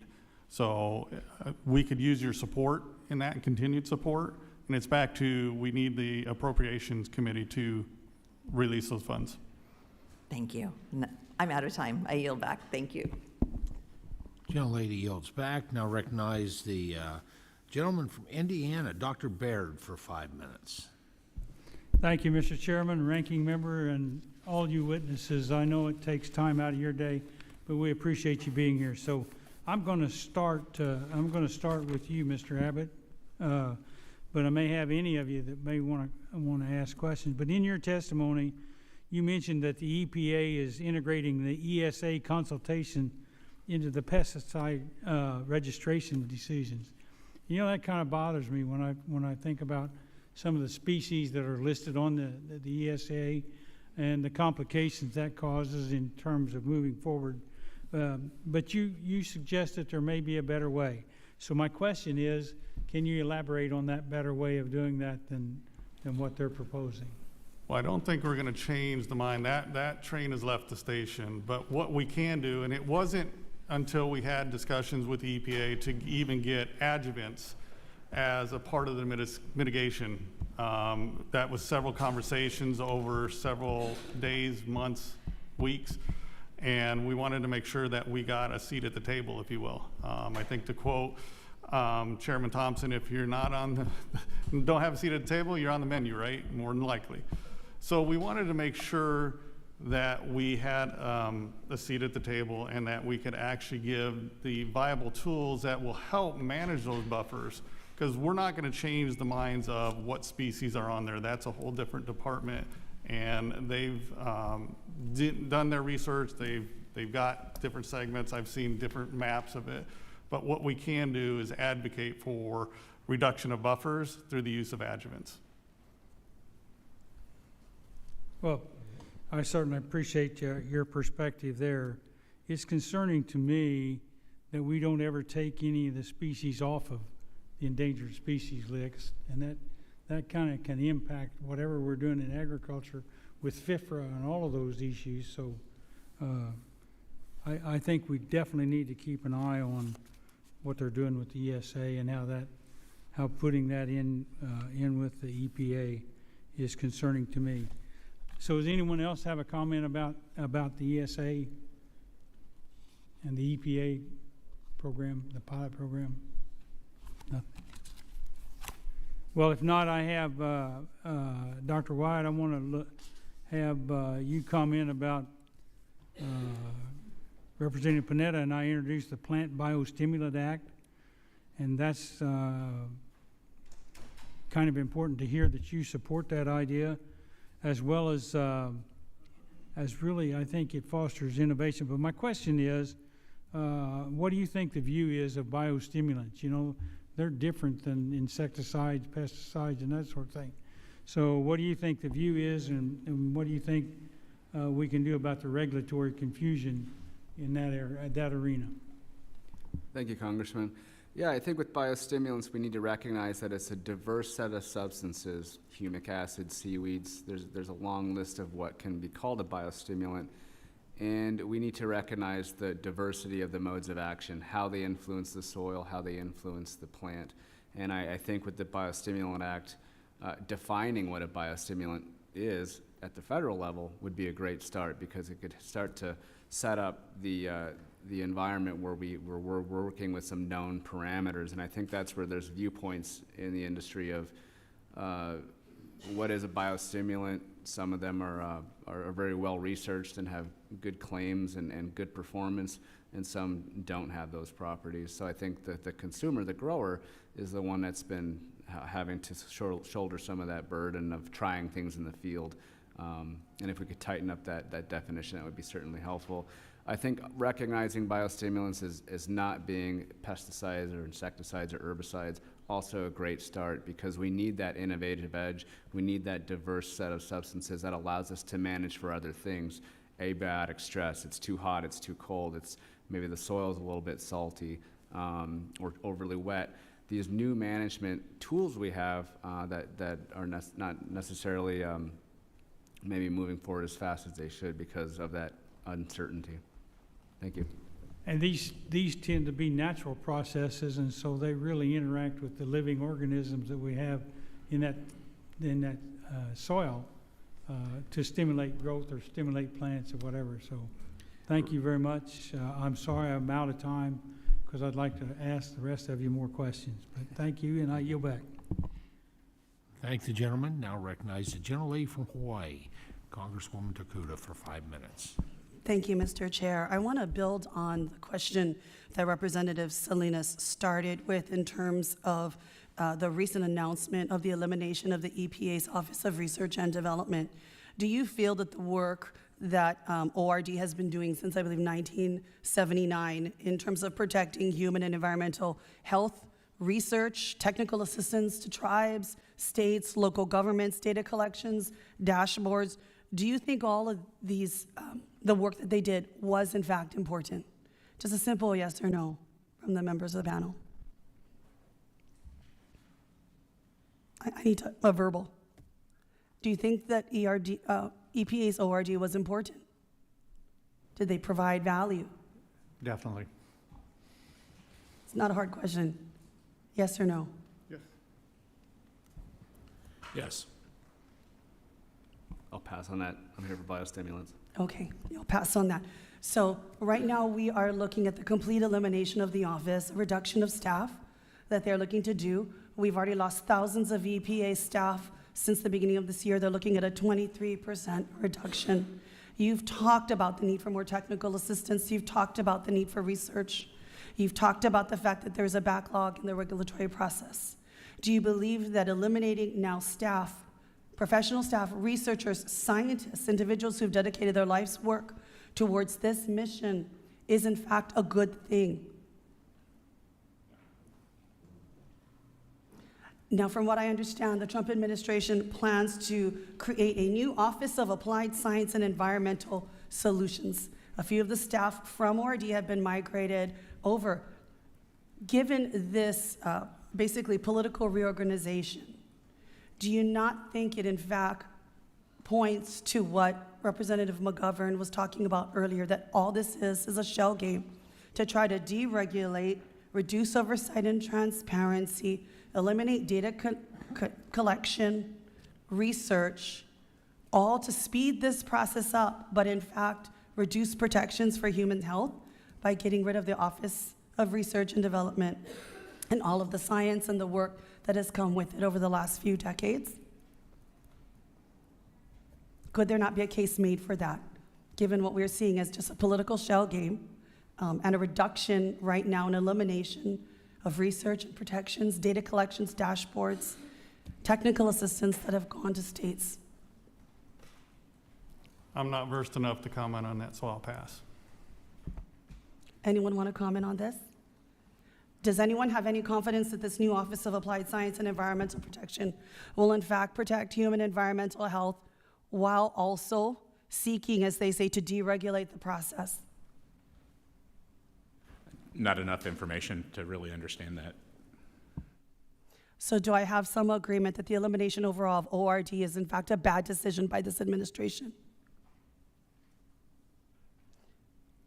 Do you feel somehow the elimination of ORD will in fact help to deregulate the process and speed up introducing, whether it's pesticides, biostimulants, adjuvants, into the system? How do you think it'll help your industries and your members, eliminating ORD? Do you think it will?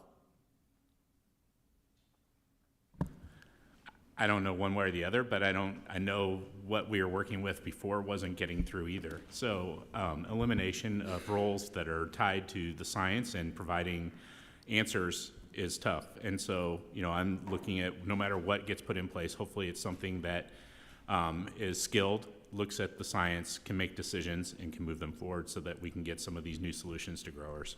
So right now they're getting rid of the scientists in ORD. They are getting rid of what was literally the EPA's scientific backbone. I don't see how this is a good thing. And again, to point to the skepticism that was brought forward by Representative McGovern earlier, it does point, in fact, to a political shell game that seeks to simply deregulate the process, to reduce transparency and oversight and data that ultimately will undermine human and environmental health and transparency. And with that, Mr. Chair, I yield back. Thank you. Generally yields back. I now recognize the gentleman from Kansas, Mr. Mann, for 5 minutes. Thank you, Mr. Chairman. Thank you for having this hearing, and thank you all for being here today. I represent the Big First District of Kansas, approximately 60 rural counties in the mostly western and central part of Kansas. Farmers, ranchers, and ag producers are the original conservationists. Their livelihoods always depend on the health and sustainability of the land that they work, knowing that stewardship today ensures productivity tomorrow. Technological advances have been helping farmers improve crop yields in Kansas for decades, and they continue to rely on evolving tools and techniques to secure the food supply and reduce losses caused by pest, disease, and extreme weather.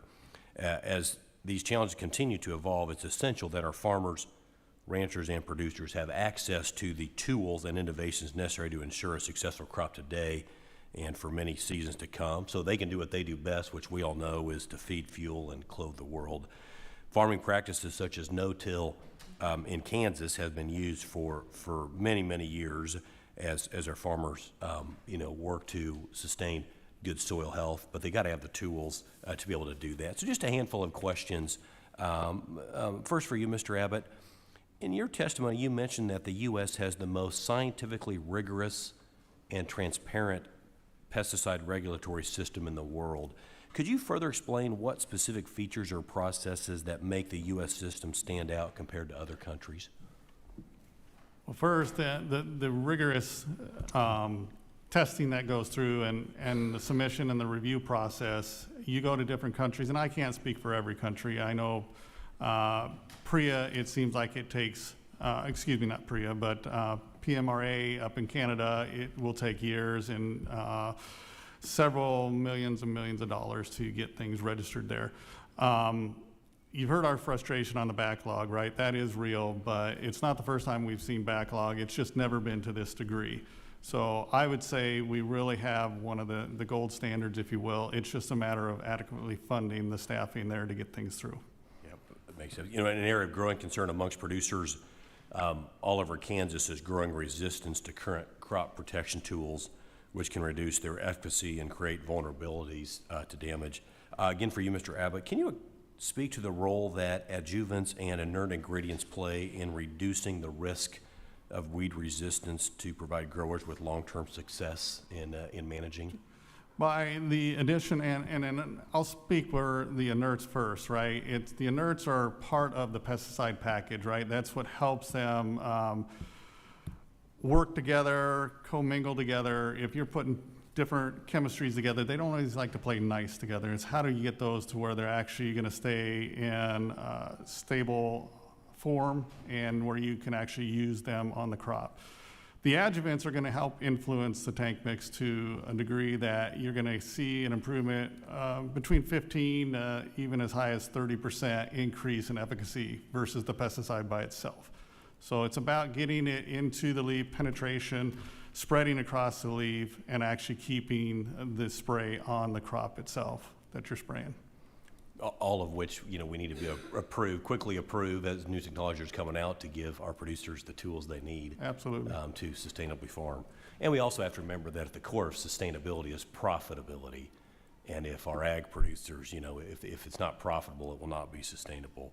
Last question for you, Mr. Witherby. Agrigene's technology represents an exciting development in pest control that can grow our producers' toolbox of options. As we look toward resilient farming systems, can you discuss how your technology can be integrated with other proven crop protection tools to enhance integrated pest management strategies? Yeah, I think we all know by now that there's no real silver bullet. So the more tools that you can have so that you can do rotations, so that you can apply different chemistries or different products, et cetera, gives the growers different opportunities to do this. And particularly with changes in climate, changes in the way pests are acted, they need these other tools and other options, mechanism of actions, in order to really fight and protect their crop and protect their current season. So just having more tools in the toolbox, and then having, as we've all learned, the growers are the smartest people out there. They know how to take care of their crops and to bring it to market. They will find ways at the right times to apply them and to get them in order to maximize yield and to hopefully maximize their profits as well. That's right. Well, thank you all again for being here. And with that, Mr. Chairman, I yield back. Gentleman yields back. Now recognize the gentleman from North Carolina, Mr. Davis, for 5 minutes. Thank you so much, Mr. Chair, and our ranking member. Thanks to all the witnesses who are here today. The Inter-Regional Research Project number 4, known as our 4 program, ensures specialty crop farmers have legal access to safe and effective crop protection products. The RF4 program is housed at North Carolina State University, just outside North Carolina's 1st District. In Eastern North Carolina, the RF4 program is essential for our sweet potato farmers in particular. And my questions for any of the witnesses that could address this: could you speak on the importance of the RF4 program for specialty crop farmers and how it actually interacts with pesticides specifically? Yeah, we believe the IR4 project has been a very effective program within California for specialty crops in getting essentially minor registration or registration of traditional chemistry into the specialty crop side of California agriculture. Without that, you leave crops totally uncovered, unprotected. When you have viable products that are available and could be used on that crop. So it's been a good entry point to move other products into the specialty crops that are similar in growth habits or in consumption. So we support it. We support more money for that program, and really would love to see expansion. Thank you. When I speak to farmers back home, they talk about the importance of access to different crop inputs as protection tools. Without them, their crops face various threats and potential financial losses. The loss of access to those inputs poses an immediate threat to our ability to feed the American people and the world. Dr. Wyatt, can you speak about what some of these crop inputs are and what they provide to farmers? Sure, thank you, Congressman. So we have, from the nutrition side, we have fertilizers, and they're long-proven tools to help improve crop growth and crop yield. We have nitrogen, phosphate, potassium, and sulfur, your main four that growers use all over the world to help improve their crop at the end of the season. So we have that major class of inputs. And we also have the crop protection inputs that my colleagues on the panel could answer questions about. So those are your two major inputs. We also are fortunate to have a good input of sunshine. That's one of your key ingredients, and of course water, either from irrigation or in the soil from rainfall. So the new innovative piece for crop inputs is certainly these biostimulants, so living and non-living products that really can help us manage other things. So we've figured out the pest control, we figured out nutrition. Now we can start to manage new things like the abiotic stress, nighttime temperatures, compacted soils, things like that. And I think that's where the exciting new space is for growers, is being able to turn to those tools and manage things that in the past have been very, very challenging. Thank you. Mr. Witherby, how important is technological innovation in the agriculture industry, and what specifically do new technologies provide farmers? If you could just speak on that. I think, as things have changed in terms of environment, the different pest pressures, invasive species, other things that technology allows us to attack some of these in different ways. And in particular, as much as we've talked about it costs a lot of money in order to bring a new active ingredient through, particularly with a lot of the crops we're talking about too. These are ones that a broad acre application just isn't going to work for necessarily. It does for corn and soy and other things like that, but now when we get into specialty crops, there's certain things that weeds are special, pests are special, they all require different things, and it's not just going to be broad-based that does it. So new innovations are going to be important to bring in order to fight some of these newer pests and some of these newer problems that are being created. Thank you again to the panel, our witnesses, and I yield back. Thank you, gentlemen. Yielding back, now recognize the gentlelady from Illinois, Congresswoman Thank you, Miller, Mr. for 5 Chairman. minutes. And thank you to our panel for being here today to discuss these important topics. And like Representative Finstead, I also am a 4th-generation farmer with my husband in central Illinois. We raise corn, cattle, and kids. We also have 7 children. And we are conservation farmers. And I understand the challenges that the family farm faces between being able to pay the bills and afford this great new technology that's on the scene. So as you know, Illinois is one of the top producers of corn and soybeans in the country. So this is a topic that hits home closely. Illinois farmers have long been leaders in adopting cutting-edge technologies from precision agriculture to advanced seed genetics. This is all to increase productivity and to help feed our nation. But as we look ahead, our producers are also facing real challenges, including regulatory delays, input costs, and concerns over access to innovation. As we consider the next Farm Bill and other legislative efforts, we need to ensure that Illinois farmers and others across the country have the tools and the freedom to innovate, compete, and succeed. And it's kind of interesting because this month we're going to be having the Farm Progress Show in Decatur, Illinois, and it's always a big deal for our family, and families show up. Family farmers show up and kind of drool over the equipment that they can't afford.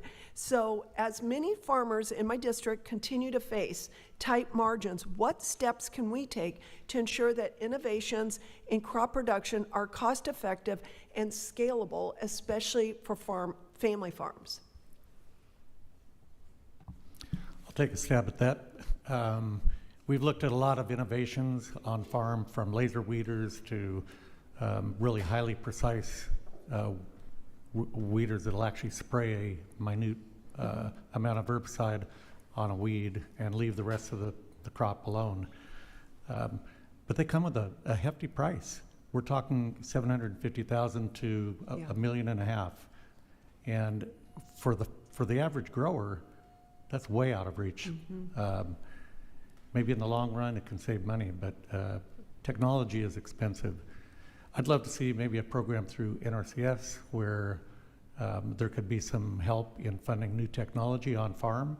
Get the money directly to the growers. They know what to do with it. They know what they need.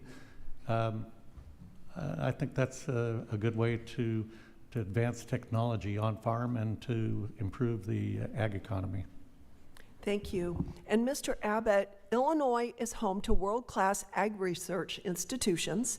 How can we better leverage land-grant universities and public-private partnerships to accelerate the real-world adoption of future crop innovations?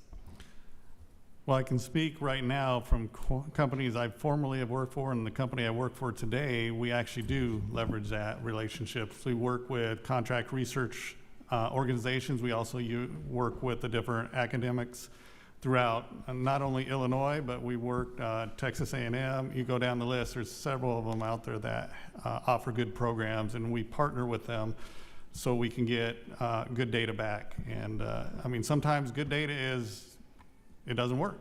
So then you know exactly where you stand and you move on. Well, thank you. I yield back, Chairman. Thank you all for coming. Young lady yields back. Staying with that Illinois theme, recognize Mr. Sorensen for 5 minutes. Thank you, Mr. Chairman, and to our ranking member.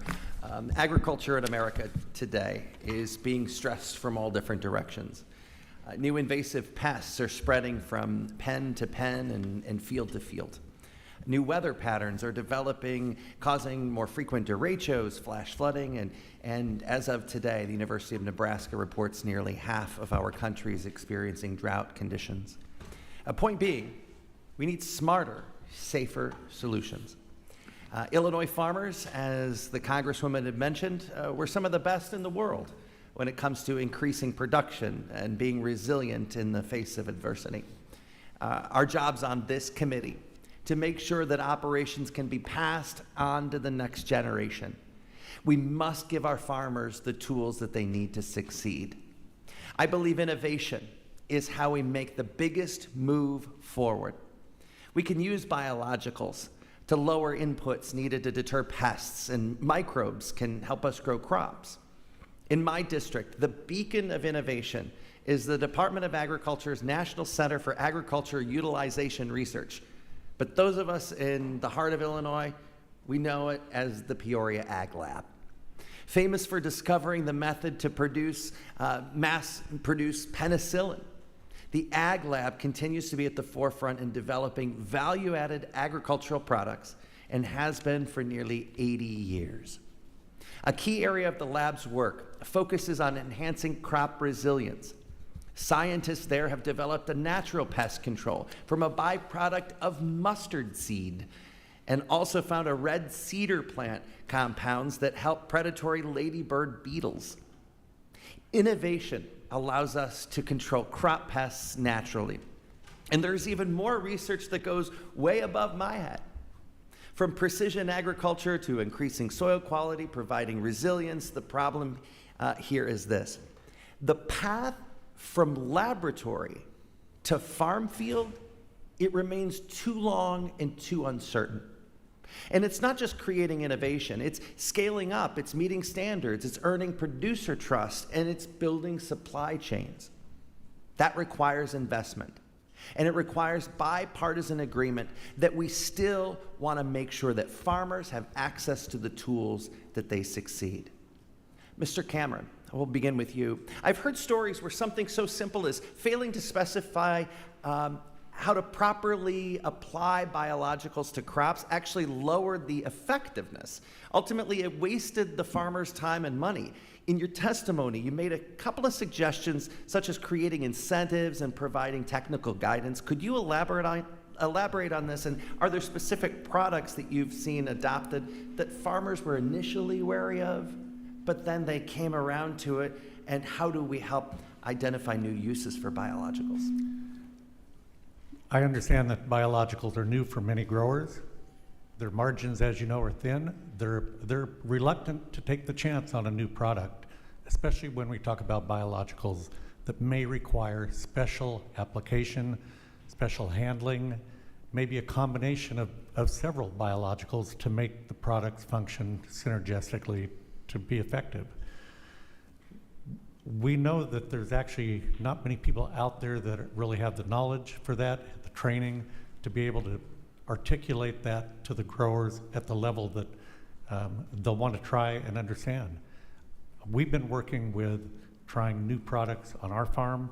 We're constantly doing our own trial and error, trials. right? Yeah, we sometimes think we're a test or research station, but we know that if we don't do it, we're gonna be left behind. And Thank you for that. Yeah. I appreciate that. I want to get to Mr. Weatherby. You know, as a scientist myself, I'm always concerned with the increasing anti-science rhetoric around the country, and it gets politicized, and it's terrible, honestly. You know, we've seen it in campaigns around GMOs and corn syrup, and now consumers are becoming skittish when they hear gene editing. I've got 30 seconds left. How can companies like Agrigene and the government more effectively communicate the safety of new technologies? Well, part of it, I think, is financing the science and being supportive of the science, particularly if it's the U.S. science, right? And it's in our nation's interest. So part of it is going back to more of a fact-based approach of, you know, this is the facts, we've tested it, we've put it out in our land-grant universities, we've had some of our best scientists test this, and here's the proven facts about this, not the hearsay. And I think it's important to get back to the facts and to then make sure that that's being represented to the growers that then get the opportunity to try some of these tools. As is said, some of them will work, some won't, but part of it's trying to find that out and doing that early through trusted people like what we have as in terms of our scientists and folks at land-grant universities is very important. Couldn't agree more. Thank you so much to our panel, and Mr. Chairman, I yield back. Thank the gentleman. Now I'll recognize the gentleman from Wisconsin, Mr. Weed, for 5 minutes.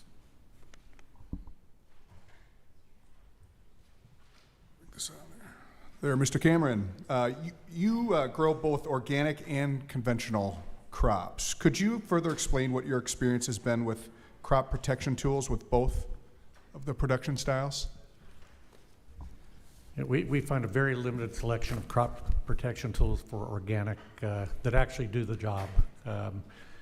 We talked earlier about working with one hand tied behind your back. That is how it feels many times. We've been able to get good at it. We've been able to hit windows that we don't have the pest pressure possibly. Weeds are always an issue. We spend a lot of money there, but we're very limited.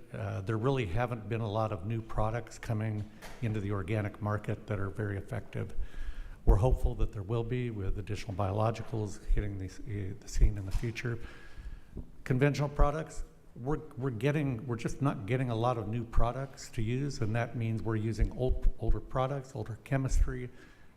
We have to worry about resistance developing. We're extremely careful about rotation of our chemistry when we do make applications, and we're just trying to find ways to do things better and lower our cost.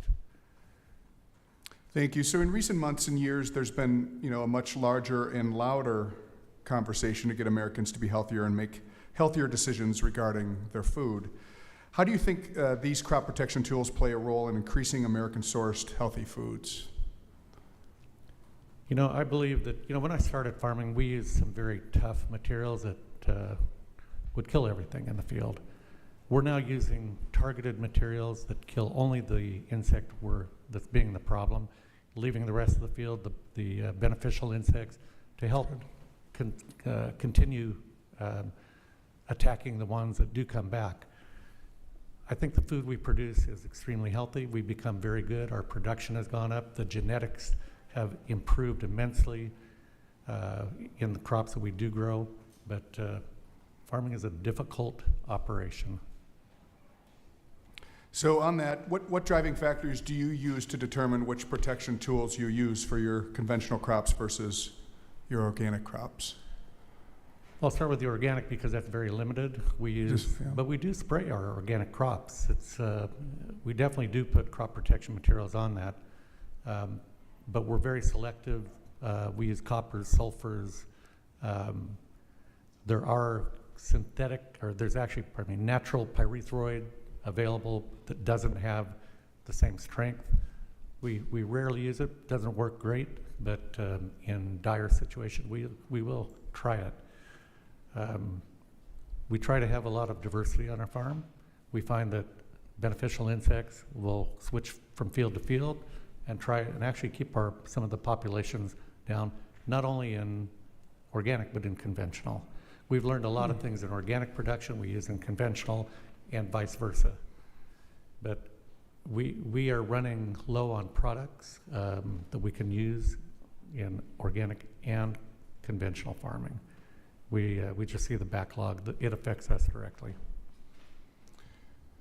So lastly, I understand the crop protection options for specialty crops are fairly limited compared to those more traditional row crops we talk about more frequently.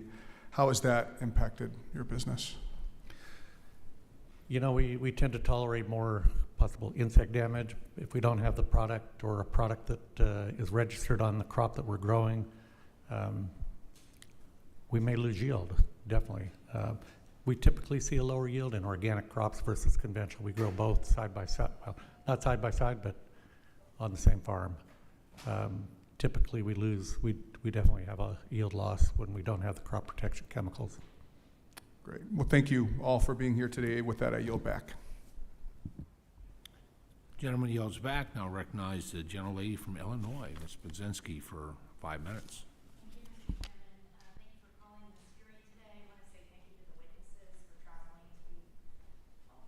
Can you hear me now? Yes, okay. I was thanking our chairman for hosting this. And also just wanted to say thank you to the witnesses for traveling to be a part of this discussion. The conversation around innovations in crop production is, I think, something that's very timely. We have all heard from farmers in our districts, mine certainly, about the challenges of rising input costs and the difficult decisions that they must make to improve productivity but reduce costs at the farm. My district is home to over 1 million acres of farmland, and while much of it is corn and soybeans, we're also the home to a variety of specialty crops. I often like to remind people I represent Collinsville, which is the world capital of horseradish production. But in central and southern Illinois, the ag industry is not just farms. We are also home to incredible agricultural research at the University of Illinois, but also Southern Illinois University in Edwardsville. We're the home of corporate facilities like ADM's North American headquarters in Decatur, along with other ag manufacturers like Primient, and facilities for some of the biggest names in ag across the district, including Nutrien in Champaign, Illinois. My district is in many ways leading in that next horizon of agriculture, be it in producing inputs, creating new markets through biomanufacturing. I also like to say I represent Silicon Valley. It's a little bit of a joke, a corny joke for everyone, or even the integration of AI into farming operations. The University of Illinois is the home of AI farms. I enjoy each of your testimonies about the role that you're playing in ag innovation and the importance of a regulatory system that works for producers and growers. But I also want to underscore the importance of how these innovations can come to be in the first place. I have been a serious advocate for agricultural research since I joined Congress, and as a part of that, I frequently talk about the importance of public-private partnerships and the role that these partnerships can play in ushering in the agriculture of the future. So I'd ask actually each of the panelists, our witnesses, can each of you speak to the importance of Congress funding public agricultural and environmental research, especially as we work toward new horizons in ag and pest control innovations? And maybe we could start with you, Mr. Witherby. Yeah, no, and part of it is for sure, as I'd mentioned before, part of Agrigene came out of BioSTL or Biogenerator, which is basically building on technologies and supporting early development. Part of that's important, and then we use strong linkages with the University of Missouri, Danforth Center, other institutions in order to do the testing, to get some of the products and to get some of the talent as well. And so I think it's important those relationships continue. A lot of that is via funding that comes into those organizations to help with supporting kind of the next generation of innovators, entrepreneurs, or just developers. And so I think it's very important. Great. Thank you for your joke. I might steal it from you. And thank you for mentioning Nutrients Innovation Farm in Champaign. Fantastic facility for showing growers and customers what's next. Yeah. I think for your question about what Congress can be doing is just taking those steps to make sure that those tools are in the toolbox, that whatever challenge we have coming down the pipeline is growers have something they can reach into readily and take care of it. Thank you. Thank you. And I'll talk about investing in the land-grant universities and just the students themselves, right? We're seeing a lot of decrease of ag students coming out of the universities. And if you look here, a lot of gray hair up here, we need people to replace us as we move on, right? So I would really like to see Congress help push that initiative and get the funding that we need to succeed. It's a great point. Yeah. I've got a lot of gray hair. Hopefully I'll keep it for a little while longer. But no, we need that. We definitely need money for research in ag. I think without research, we don't have a future. There's absolutely no question about that. The new technology is coming at a rapid pace, and growers have a lot of issues on their plate, and this is a very important one. It's a basic, one of our basic needs that we have to have. Yeah. Research is the backbone of agriculture, and if we don't have that, we're not going to have a future. And we do need young people Great. to get into ag, no question. Thank you. Well, you have a partner in me in that work and advocating for that funding. It is really critically important. Thank you, and I yield back, Mr. Chairman. Thank the gentlelady. Now recognize the gentleman from Indiana, Mr. Mesmer, for 5 minutes. Thank you, Chairman, and for all the witnesses today. Hoosier farmers are increasingly productive. Between 2020 and 2023, net farm income grew by more than 60%, even though active farm acres declined. While much of this productivity is due to expertise of growing, some of it is of the efficiency, some can be attributed to new farm tech. My district is at the forefront of the next generation of crop protection chemistries, but before our ag innovators can bring a product to market, they must grapple with the threat of IP theft. Mr. Abbott, can you speak to how IP theft impacts the decisions you make at Adjuvants Unlimited? Yeah, we take that very seriously, right? We want to say, and the proprietary nature of our business here is, because a lot of the adjuvants are not patent protected as crop protection is. So we need to make sure that we keep that confidential and secure. Okay, thank you. The USDA identified cybersecurity as a primary threat to our national farm security. Mr. Abbott, how can Congress partner with businesses like Adjuvants Unlimited to bolster IP protections through cybersecurity enhancements? I would say wherever you can fund it, I would support that. Okay, thank you.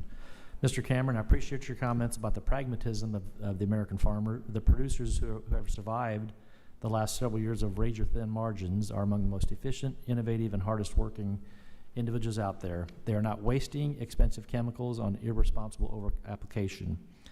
Mr. Cameron, for the purpose of shedding light on a part of farming that is often misunderstood, can you quantify how much pesticide is applied on an acre of your conventional crops? Can I quantify the amount of pesticide used? Yeah. You know, we grow a very diverse number of crops on our operation, and you know, I think years ago we used to spray on a much more frequent basis, maybe a calendar basis. We use integrated pest management on all of our crops. We scout, we have companies that actually come do pest control work on our farm, check our fields, but we also check behind them. I always say the best footprints, you know, are your own to be on your farm. We need to be out in the field looking at our own fields. But we, as far as quantifying, you know, we grow over 2,000 acres of processing tomatoes. We may put one product on sulfur, a very common for disease and insect protection. And then we may later in the season put one spray on for worms to keep them from getting into the tomatoes. But, you know, I look back on how we used to farm. We used to spend more money. We try to, our products cost more, but they're more specific and they're more effective. Okay, thank you. The National Corn Growers Association compares the amount of glyphosate applied to an acre of farmland to that of a large cup of coffee being spread evenly around a football field. But in the real world, the absence of this coffee cup's worth of protectant is large. It would lead to large crop losses and eradicate the use of soil health practices like no-till. So they're very important. FIFRA keeps our producers, consumers, and environment safe. But the process is incredibly slow and needs improvement. Mr. Abbott, you mentioned that $500 million in CPDA products are currently tied up in EPA reviews. How challenging is it for a small biotech innovator to wait out these EPA delays? Very costly. I don't know the exact dollar amount, but I do know the longer they wait, every day is lost revenue. So, and not only for the small startup companies, but also for the farmer as well, because it's back to needing additional tools out there to be successful. Okay, thank you. In holding up pesticide reviews, the Biden administration forced small businesses to shoulder a heavy expense. I'm encouraged by the steps the current administration is taking to right these wrongs, and I look forward to working with them to ensure affordable access to critical inputs for Hoosier farmers. With that, I thank you all for sharing today, and Mr. Chairman, I yield back. Gentleman yields back. Now please recognize the gentleman from New York, Mr. Riley, for 5 minutes. Thank you, Mr. Chairman. Thank you to all the witnesses for being here today. I represent a rural district in upstate New York. I actually grew up just a few blocks away from the cider mill, and you'll notice I said the cider mill, not a cider mill. Folks in Broome County understand that every kid has a field trip at some point where you go to the cider mill. My wife is she's a Virginian, and the first time I brought her home to meet my parents, our first hometown date, I took her to the cider mill so she could see how the apples are crushed, and we got some donuts, which may or may not be why she ended up marrying me in the long run. But I raise all that because it's, you know, apples upstate, it's a big driver of our economy, but it's also a really important part of our culture. It's a really important part of our community. But I don't think, or at least I wonder sometimes whether Congress is doing enough to support our apple growers. Unlike row crops, specialty crops typically don't have the same level of access to crop insurance and to other safety net programs. And I've heard from a lot of our apple growers across upstate New York that that leaves these producers especially vulnerable when you have invasive pests or emerging diseases or shifting climate conditions end up hitting their fields. And sometimes when it comes to research dollars, our specialty crop growers are sort of an afterthought, despite the fact that they probably need the help the most, given that a lot of the challenges they face are crop specific or region specific and therefore require targeted science-based solutions. And so, Mr. Cameron, I was just hoping you could speak generally and share your perspective as a specialty crop producer. What are the handful of federal programs that could be improved when it comes to pest management and research and mitigation tools for specialty crops? How should we be thinking about crop insurance, and just generally, as somebody who cares a lot about the apple industry and specialty crops generally, things that we should be focused on here in the Ag Committee? Well, we know that IR4 project has been a great boon to specialty crop growers, getting new chemistry into the hands of specialty crop growers. So that's number one. The FAR program that actually does testing and essentially brings other products on farm for testing, very important. Specialty crop block grants have been critical for getting projects within states and getting new products, new technology on board in specialty crop areas. You know, as far as insurance, you're right. Many times specialty crops are left behind. They're difficult to get insured. You go through maybe I can't think of the term, but for NRCS, their program for non-insured crops. It's a difficult process. It's not easy. I usually don't even bother with it because it's too cumbersome. Maybe simplification, maybe we can group them together in some way and have some type of a matrix that could address some of the issues that you face and that we face in California. Well, yeah, I appreciate that, and would like to work with you on some ideas for both streamlining existing programs, but also making sure they're covering more folks and covering the challenges that are particular to specialty crops across the country. Thank you all for being here for your testimony. Mr. Chairman, I'll yield back my time. Gentleman yields back. Please recognize the gentleman from North Carolina, Mr. Harris, for 5 minutes. Well, thank you, Mr. Chairman, and thank you all on this panel for your time and your patience and the way you have brought your expertise on a very important subject to us today. Mr. Abbott, let me just start with you. The Office of Pesticide Programs was created to oversee the safe administration of pesticides in order to help farmers. But your testimony shows that it's failing to keep up with the demand. As a result, farmers are missing out on more affordable and effective products. And so in December, Mr. Abbott, Congress passed a law that asked for an independent audit of EPA processes and performance to make recommendations. And I just wanted to ask if you might have some insights or what you might expect that audit is going to find. It's a great question, Congressman. I'm not sure what it will find, but I do know what we've done. As registrants, we paid an additional 30%. That was what was agreed to, and we're not seeing that money for the backlogs that we continue to talk about here today. So I would assume that it will maybe see some inefficiencies and where they could possibly bolster different staffing, that there were, whether it's a reduction in staff, people retire, people leave. I mean, we just need to fix what's wrong. Gotcha. Well, let me ask you this. Are the delays at OPP simply a matter of a lack of congressional funding, or are there further regulatory changes that Congress really needs to consider?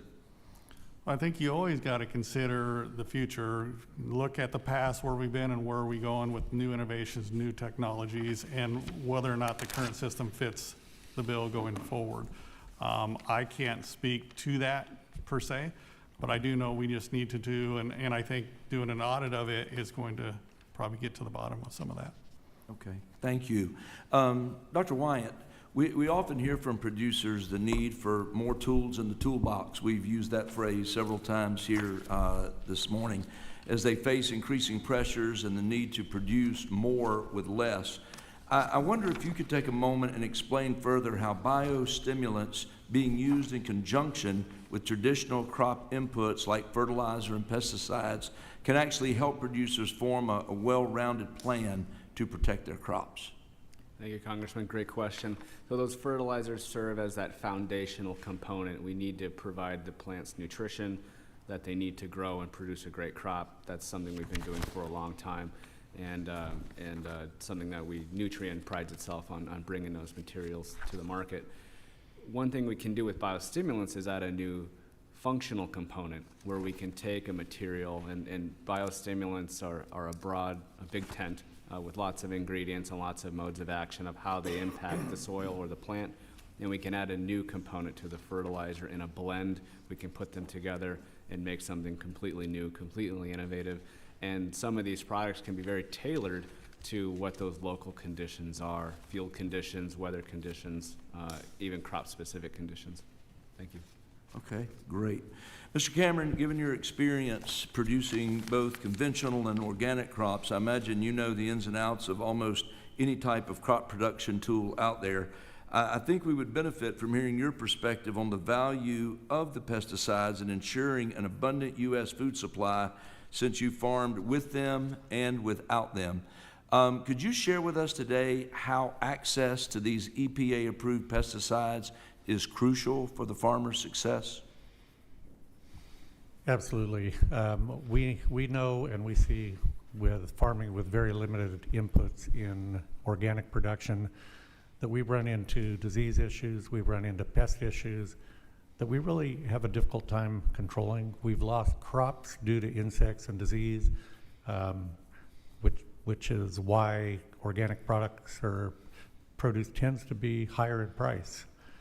There's more risk involved. And when we have conventional chemistry that we can use for crop protection, we have a better, back to the toolbox, we have better tools to be able to put specifically on for certain pests to control them and get our crop to where we end up with higher yields and many times better quality. Thank you. Thank you all again for being here today and for your expertise that you've shared. And Mr. Chairman, I yield back. Gentleman yields back. Now please recognize the gentlelady from Maryland, Ms. McLean Delaney, for 5 minutes. So thank you to our witnesses here today. I know it's been a long morning, and I really appreciate all of your expertise. And I do have to say thank you to our chairman, J.T. Thompson, and to our ranking member, Craig, because they really have focused on innovation and U.S. competitiveness in the agricultural sector, and really appreciate that work. Your perspectives today speak directly to the importance of improving practical, science-driven innovation in agriculture. And many of you have raised, challenges to those resources. And I have to say, I am a fourth generation Idahoan, came from a farming family, but I represent Maryland's 6th Congressional District and Western Maryland in our Ag Reserve. And I believe in our strong regulatory system, although it clearly needs improvement, but we can't meet today's needs without proper resources. So my questions are just going to focus on really understaffing and resourcing, probably at the EPA, and also, further research at our land-grant universities. The EPA's Office of Pesticides Program is chronically underfunded and understaffed, as we've talked today, and leading to backlogs that delay access to safer, more effective tools. And second, I want to highlight the vital role of our land universities and regional research and what that means. So with respect to these staffing shortages, Mr. Cameron, you highlighted that there's simply not enough staff and resources to sometimes keep up with the applications in some of your testimony. And I share your concerns, especially given the impact on the EPA's ability to improve innovation products. With growing resistance to existing pesticides and a shifting consumer demand, is there a way farmers in the private sector could help better address some of these staffing shortages and this education back loop? I saw some of it in your testimony and thought it was really interesting. And, you know, how can we, do you have any specific recommendations for us in Congress? And I might add that, up, you know, also open that up to the whole panel as well. No, we know that we have a lack of products that we can use in traditional farming and in the organic world, since I live in both realms. Yep. You know, we know that the products, you know, we're being asked to reduce pesticide use, produce healthy food for consumers throughout the nation. But the tools take time. You've heard 10, 12 years to go from inception to being able to be registered in the field. So anything we're getting now was designed or created, you know, years ago. So we're not seeing the technology move forward at a rapid pace. You know, possibly, you know, I can see some type of accelerated program for biologicals that may not have the traditional risk associated with it. Maybe a special category, but definitely working with state governments that do have, like we do in California, we have a Department of Pesticide Regulation, work in tandem, possibly get an MOU put together to where we can move products forward together rather than getting a product registered at the federal level and then going through a California process. It just delays, it's delay after delay. We need things now. The consumers are demanding it, and we want to be good stewards. We feel we are. We So just the need loop to back. get products through the process. Thank you. I am going to just move on quickly for time for university investment. Mr. Abbott, you mentioned that the CPDA supports increased federal investments in applied research and demonstration projects through land-grant universities and regional centers of excellence. And Maryland has a great footprint of strong land-grant universities. I'm curious, how can we better leverage to support testing new spray technologies, validating application strategies, and supporting farmer adoption through education and outreach? And then I loved the comment about investment in students themselves as well, because I think that's important. Sure. No, and I'll just talk briefly here because I know our time is short here, but they've not stopped the research, right? They're going, I know several researchers, they continue, and I've also helped support because they solicit grants, and working for a large multinational at DuPont, I helped get some of those fundings for them because I saw the importance. And it wasn't around just selling a product, it was actually getting the tools into the farmer's hands, so. Anyone else in terms of input on that? All of you seem to really support research as well, but any other specific recommendations for us? All right, and for the record, I will submit one more question about regulatory delays, but my time is up. I yield back, and thank you all. Very informative today, and I appreciate your testimony. I thank the gentlelady. Now I recognize the pride of South Dakota, Mr. Dusty Johnson, for 5 minutes. Thank you, Mr. Chairman. Mr. Cameron, come to you. I think we all realize producers deserve a consistent science-based approach toward crop protection tools, a national labeling standard that embraces that consistency and that science-based approach. It seems like we increasingly have a state or two that wants to be in the business of conflicting labeling standards. Tell me about the frustration or the complication that causes producers. I said earlier that when you have a product that's fully registered in one state but not in another, I think it put that state at a disadvantage. They can't compete equally, and it creates issues. We may have an insect infestation that needs a product that isn't fully registered within that state. Creates issues. Creates the use of using more material, maybe more toxic materials, to try and find a solution to the problem a grower may have. So, yeah, I'm always in support of uniform labeling and uniform, distribution of the product and and the legality, the legal side of application. And I think the committee here, most members well understand the rigorous science-based approach that EPA engages in to get these labeling requirements.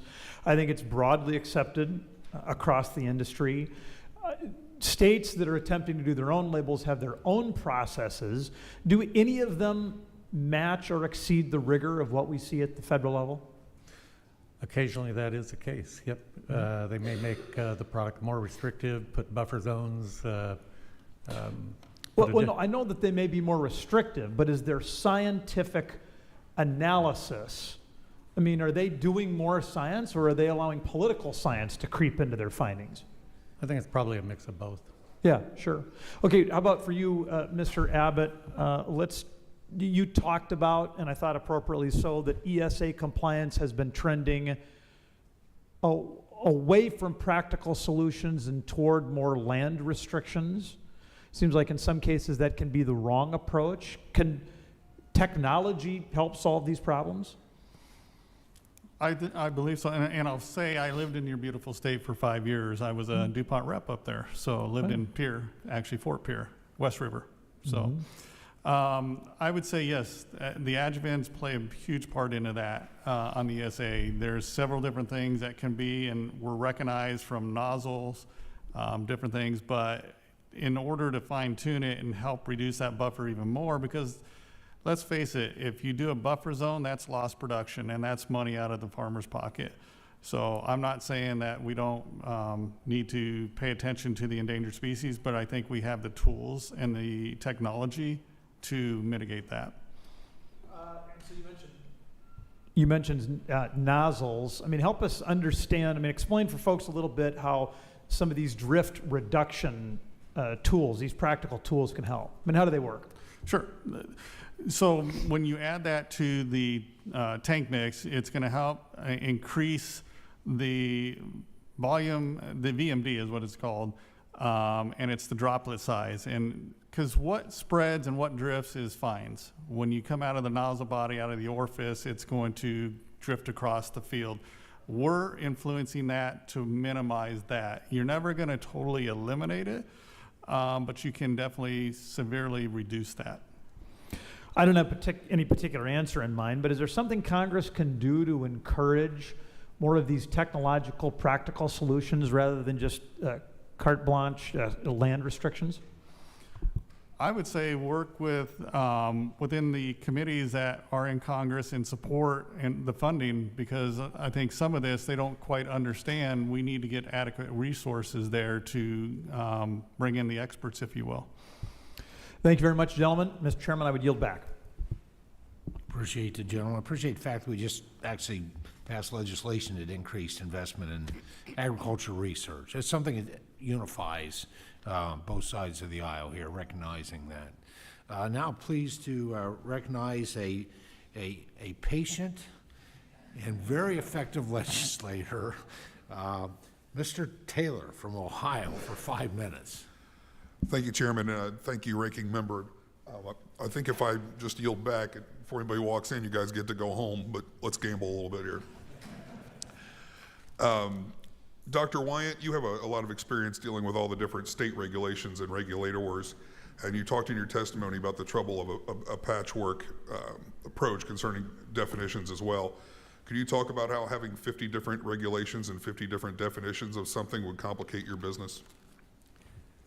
Thank you, Congressman. Appreciate that question. Yeah, so having this patchwork of regulation means some farmers in some states have tools available to them. We're just going over a border. They don't have that tool. And that's quite frustrating to the growers. We experience that. I'm from Arizona. We have access to tools that Californians don't, even though it's just a river that separates us. Climate's very similar. The stressors are very similar.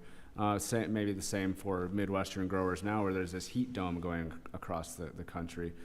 An incredible stressful event for a crop that's developing and at a sensitive time for yield. The heat dome doesn't care where state borders end and where they begin. It's a climate event. It's a weather event. So I think cleaning up some of that patchwork and providing a federal definition of what a biostimulant is and what it isn't and excluding it from FIFRA would really just expand access to the toolbox and even it out throughout these different states. Thank you. Is that something you see a level of concern from the average farmer about, or are they not as concerned as they should be? If you understand what I'm trying to ask. I hear the frustration. I came up in agriculture, California, Arizona. My first territory was Phoenix to San Diego. We farm out there. If you're eating a salad in the wintertime, it's coming from us. And lots of frustration from growers on the California side because they know their buddies over the river in Arizona have a tool that they don't have access to, and they're frustrated. And it's slow, it's delayed, and it's years later maybe that tool does show up on the toolbox. And it's just differences in how states approach innovation. Sure. All right. Thank you, Mr. Excuse me, Mr. Cameron. As a farmer at the Terra Nova Ranch for nearly 40 years, I think you can provide a unique perspective on the changes in the agricultural industry. From technology and equipment to yield and productivity, things have changed immensely within the ag industry over the last 40 years.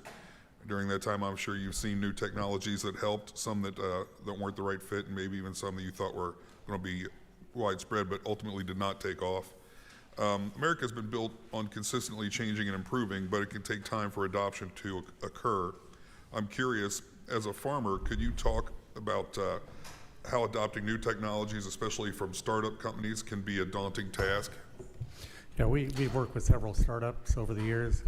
We've actually worked with a company that is producing nitrogen fertilizer out of the atmosphere with electric energy.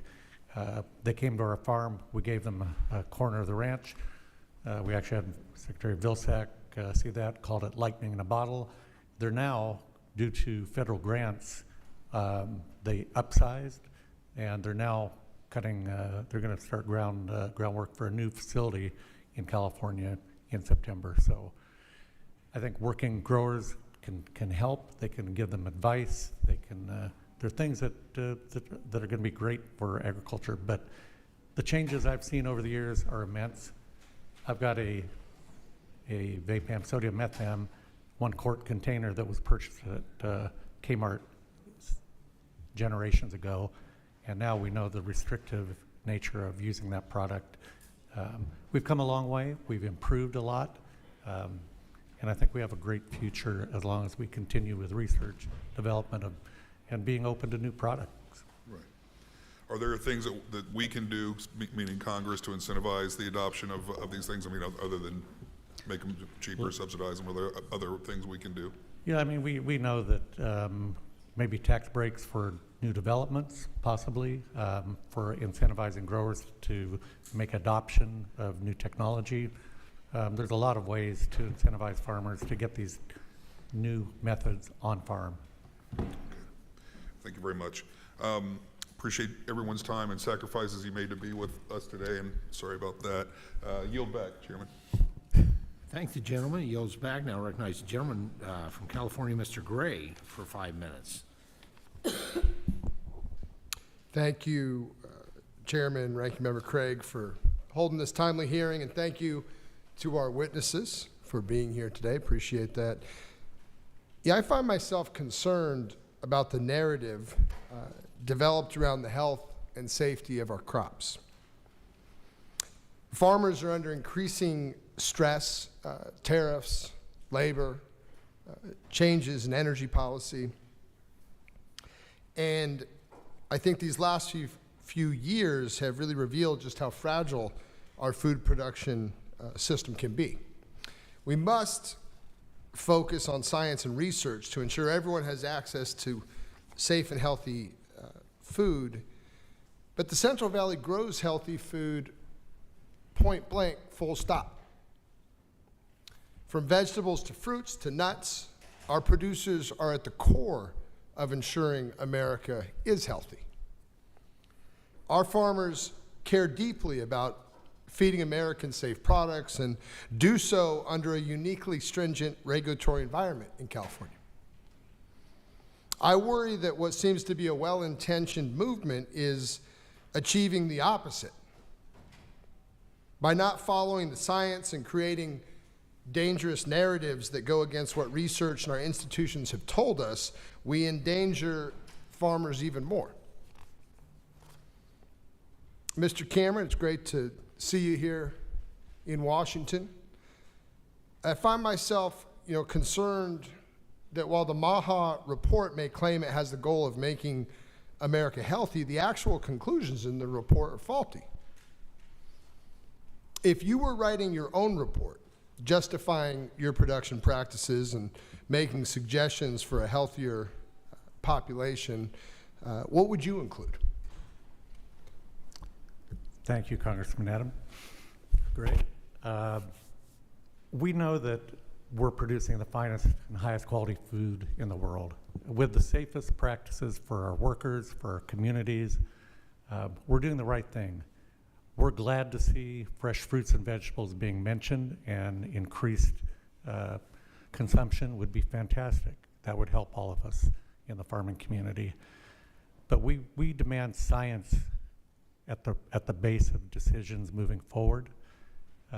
We feel very strongly that sometimes we get emotion. I know that TikTok people that get a following. It may not be true, could be great, but we want to see science as a basis for any decisions moving forward. Absolutely. I appreciate that sentiment. I don't think we can expect our farmers to adapt to a constantly changing narrative around their crop protection tools, while at the same time stripping away the staff and resources needed to ensure farmers feel safe adopting these new technologies. Just this weekend, in fact, the administration instructed further cuts at the EPA, closing down the Office of Research and Development. These staff cuts lead to further delays in critical approval processes and, frankly, slow the opportunity for innovation in the crop production space. Mr. Witherby, in your testimony, you call for the creation of a science-based risk proportionate pathways that recognize the unique properties of biological and gene-edited pest control tools. Could you go ahead and elaborate on that? Is the EPA adequately equipped to assess these technologies, or do they need additional funds or perhaps specific scientists to efficiently and effectively review this type of technology? Yeah, I think that unfortunately they're regulating to legislation that's been put in place for chemicals. As we start to look at some of these new technologies now, they are adapting to some of these. It's just slow, and a lot of times it's plant first, and then followed by other biologics or other things, and so it's just not fast enough, and it's not across the board. The same scientific decisions that are being made: is it safe to the environment? Is it safe to people? Should we not be able to go and test that? Those three things are kind of key pieces to this to move it forward and to allow for the universities to test, and then from that, the data is there in order to approve it to move on to commercialization and into the growers' hands. Thank you. Mr. Chairman, I yield back the rest of my time. Gentleman yields back. Now, pleased to recognize the gentlelady from Florida, Congresswoman Kamick, for 5 minutes. Well, thank you, Mr. Chairman. Thank you to our witnesses for being with us today. I really do appreciate the commentary that has been put forth today. It is a vital topic. As the lone representative for the entire state of Florida, being a very large ag state and production state, it's critical. So thank you. I'll start with you, Mr. Cameron. As you stated in your testimony, IR4 is a key resource for our specialty crop producers, and as so many of you know, Florida is home to 300 specialty crops, so something that is near and dear to our hearts. Can you share with us some of the breakthrough innovations over the last few years that has enabled? I apologize, I don't have specific results for you, but I do know that this has been a very successful program. We haven't had to deal at our location with products that have gone through the IR4 process, although we are dealing with, I take that back, we are running tests currently through the IR4 program for a pesticide that is used in some of the other commodity crops that we're trying on processing tomatoes. We want to see if there's a fit, seeing if we can control thrips early season so that we can get control.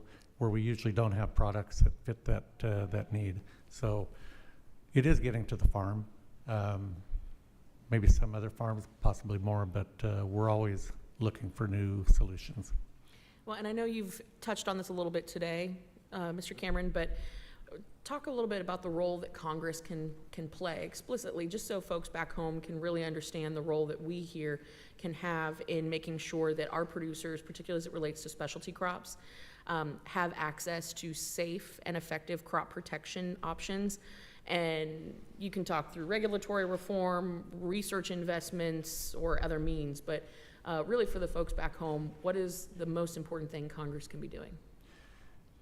Well, I think many times specialty crops get left out of the mix. We know that Preach. That many. Thank you. Amen. No, we realize that, let's face it, the commodity crops that have millions of acres, it's a bigger market, gets more attention. In California, we have crops that you may only have 100 acres, 200 acres in very small specific crops that are being grown. And they're totally uncovered. They don't have the crop protection chemicals because nobody has pursued the label. That makes it very difficult to grow crops similar to, very small plots when you compare it to the rest of the nation. So we always do need like an IR4 program. We need Section 18, Section 24s, where we have local needs that we can actually bring certain products into those situations. But many times it takes a long time to develop those. It's emergency situations, even for larger minor crops. So any help we could get, either in funding for research to where we can develop a label for some of these minor crops. I mentioned earlier my neighbor planted agave, low water use. We'll see how that works out, but absolutely no products can legally be used on that crop for crop protection. So anything you can do for funding to get into the IR4 program, the FAR program, to where we can actually see results in the field, in growers' hands, is invaluable. Okay, I appreciate that, Mr. Cameron. I'm going to go to you, Mr. Witherby.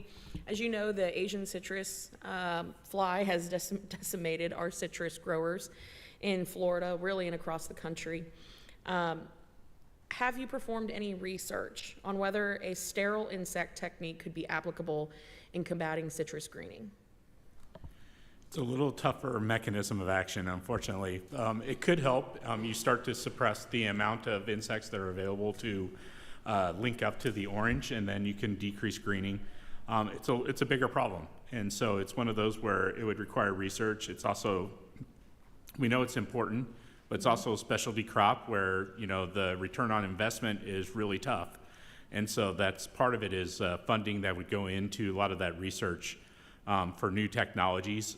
Just hasn't been there. It has been in some cases, but this is where over the years, like I said, the delays that would take to get it, even if it was emergency use, would be really tough to get something new into that industry very quickly. Well, I think you're making the case as to why the research dollars are so critically important. And of course, we're very proud of the fact that the Farm Bill includes another 5 years worth of funding to combat citrus greening, because you can't have Florida without oranges, right? So thank you. My time has expired, Mr. Chairman. I yield. I thank the gentlelady, and actually what we just passed is 6 years' worth of funding. So, please recognize my good friend from California, Mr. Carvajal, for 5 minutes. Thank you, Mr. Chairman, and thank you to you and Ranking Member Craig for having this important hearing. Mr. Cameron, you're from Paradise, also known as California, and I'm really glad that you're imparting your wisdom on the rest of our country today. I represent the Central Coast, which is an even focused paradise within Paradise in California. And Ranking Member Craig was just in my district this past weekend, and I was talking to the chairman about him visiting as well. And so I hope you enlighten him as to why he should come and have a good time and see the great agriculture in our state. Specialty crops are both unique and delicate. and come with many challenges when it comes to protecting them against pests, pests, and disease. You mentioned in your testimony that farmers have been investing in innovation to improve methods to manage pests while reducing risks to people, property, and the environment. What are some of the most effective ways this committee can support those efforts? And how can research at our local universities help specialty crop growers adopt safer and more effective pest management strategies?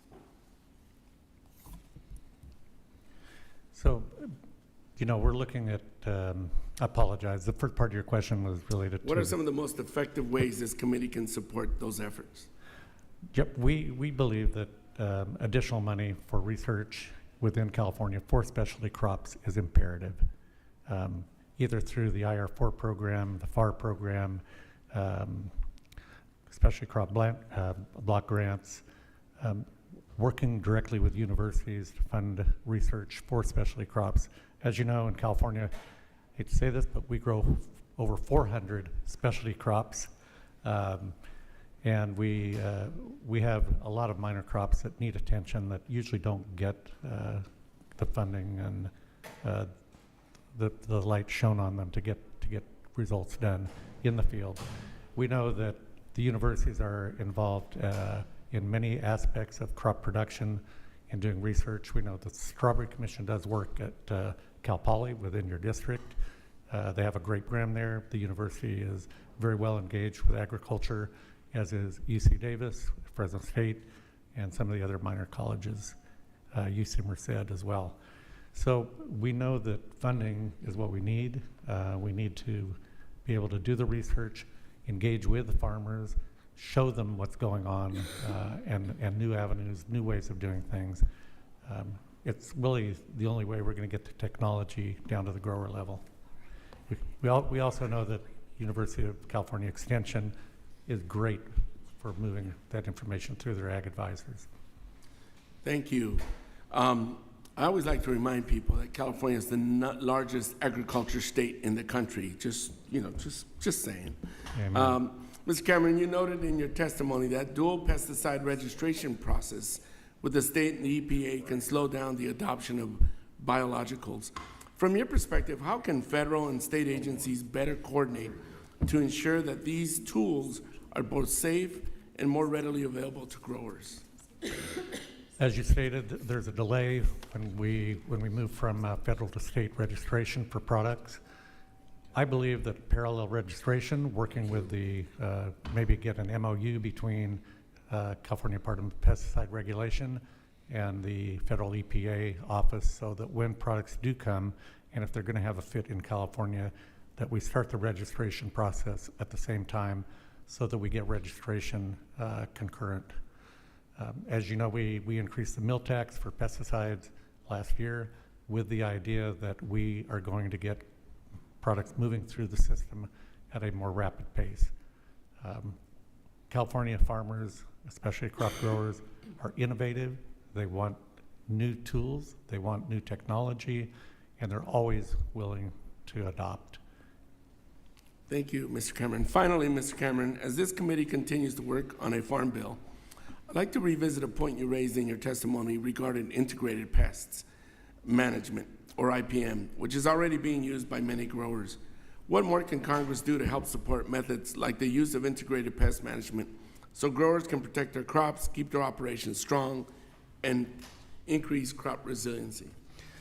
I think pest management starts with your soil. We need to have healthy soils. We need to have funding for practices that will improve soil quality. Because I think you start out with a healthy plant, an insect is less likely to cause the damage. I think there's programs through NRCS for funding into California that would be, that we could expand on. But, getting new products out quicker at the federal level would be great. Great. Thank you, Mr. Chairman. I'm out of time. Thank you, Mr. Cameron. Gentleman yields back. Now, please recognize the gentleman from Illinois, Mr. Jackson, for 5 minutes. Thank you very much, Chairman. I appreciate each one of you coming out today for your testimony. I'd like to first start with Mr. Abbott. You noted in your testimony that the Maher Commission's report, quote, undermines trust in the regulatory process by citing unverifiable sources, omitting key stakeholders' voices, including farmers. How about that? We're missing farmers at the table. Food producers and scientists, and making sweeping claims not grounded in the science or structure of the current systems, close quote. I agree, and I'm concerned that Maha's stated goals diverge strongly from that what was reported in this document. Moving forward, what would you like to see from the commission to believe that they are actually engaging in honest scientific process? Well, thank you for your question, Congressman. I just would really like to see it based in science. I mean, that's how we've gotten to where we're at today. That's how we've gotten the tools that the farmers use today and where we're going to go in the future. So we need sound science reviews. And then I can't speak for the Maha Commission and what they've been doing, but what I can say is we all want safe, healthy food for not only our children, but our own families and everybody, right? So it's all about food security and food safety. Well, thank you so much. We need a few more farmers and producers at the table and a few less lawyers, correct? Absolutely. Thank you so much. Mr. Cameron, in your testimony, you mentioned EPA being understaffed. I share this concern and are worried that EPA will not be able to approve the novel products or get through their backlog of registrations review. As we see increasing resistance to existing pesticides and a shift in consumer sentiment towards a reduction in pesticides, how critical is it that you get access to new products? I think it's actually really critical for farmers to have new products in their hands, either biologicals or more specific targeted crop protection products. We know that the public would like to see more of these. There's a hesitancy in traditional pesticides being used on crops. You know, we know they're safe, but we would really appreciate seeing new products get through the process much quicker. We're dealing, even ones that are coming out now have been in that process for 5 to 10 years. So we're dealing with older technology already. We know that technology is moving fast with AI. New products are coming quicker, but they're getting backlogged at EPA and they're not getting into the farmers' hands. We'd love to see that changed. Thank you. I agree with you as well. We need to make sure there are more scientists, not fewer, that we can keep and preserve this great benefit we have on being a nation that can feed the world. And that innovation starts with education and research. Unfortunately, we have taken a retreat on cutting back on that scientific progress. And also, let's be clear, you don't always get the thing that you were investigating. Sometimes there's an ancillary, there's something serendipitous, another surprise just from doing the research. For Mr. Witherby, thank you so much for your time and attention being here. You've seen an increase in resistance to pesticides over the years with limited new chemical development. How do technologies such as arginines improve our ability to fight pests and limit chemicals in the environment? And I must say, as the nation, as we speak today in 2025, and we're experiencing a heat dome, and we've seen flash floods, and we've seen these new weather patterns where some parts of the nation are experiencing drought, others are experiencing torrent rainfall, and now we're under this heat, that this just doesn't start with the pesticides. There are heat-resistant grains that have to be produced because our climate is altering. Will you please speak to that? Yeah, I still think it's the science that's going to lead us there, and part of it is part of these solutions. You know, as the climate changes, as the pests change, how they migrate, how they move, we're going to need these tools available. It's not going to be one silver bullet that ever solves it. It's going to be the science that leads us there. It's going to be multiple products. It's going to be putting it into the hands of the users to best find out how to do that. Part of that research is really important that, you know, we're talking about these land-grant universities having land where they can test these new products in the environments that they're going to be used. Part of that investment's got to be on crops. Part of early development, you have to do crop destruct. No grower, no farmer is really going to want to test something new if they have to destroy their crop and not take profit from it. So we need the land-grant universities to be able to do some of that testing. They're also trusted by the growers and the farmers. It's very important.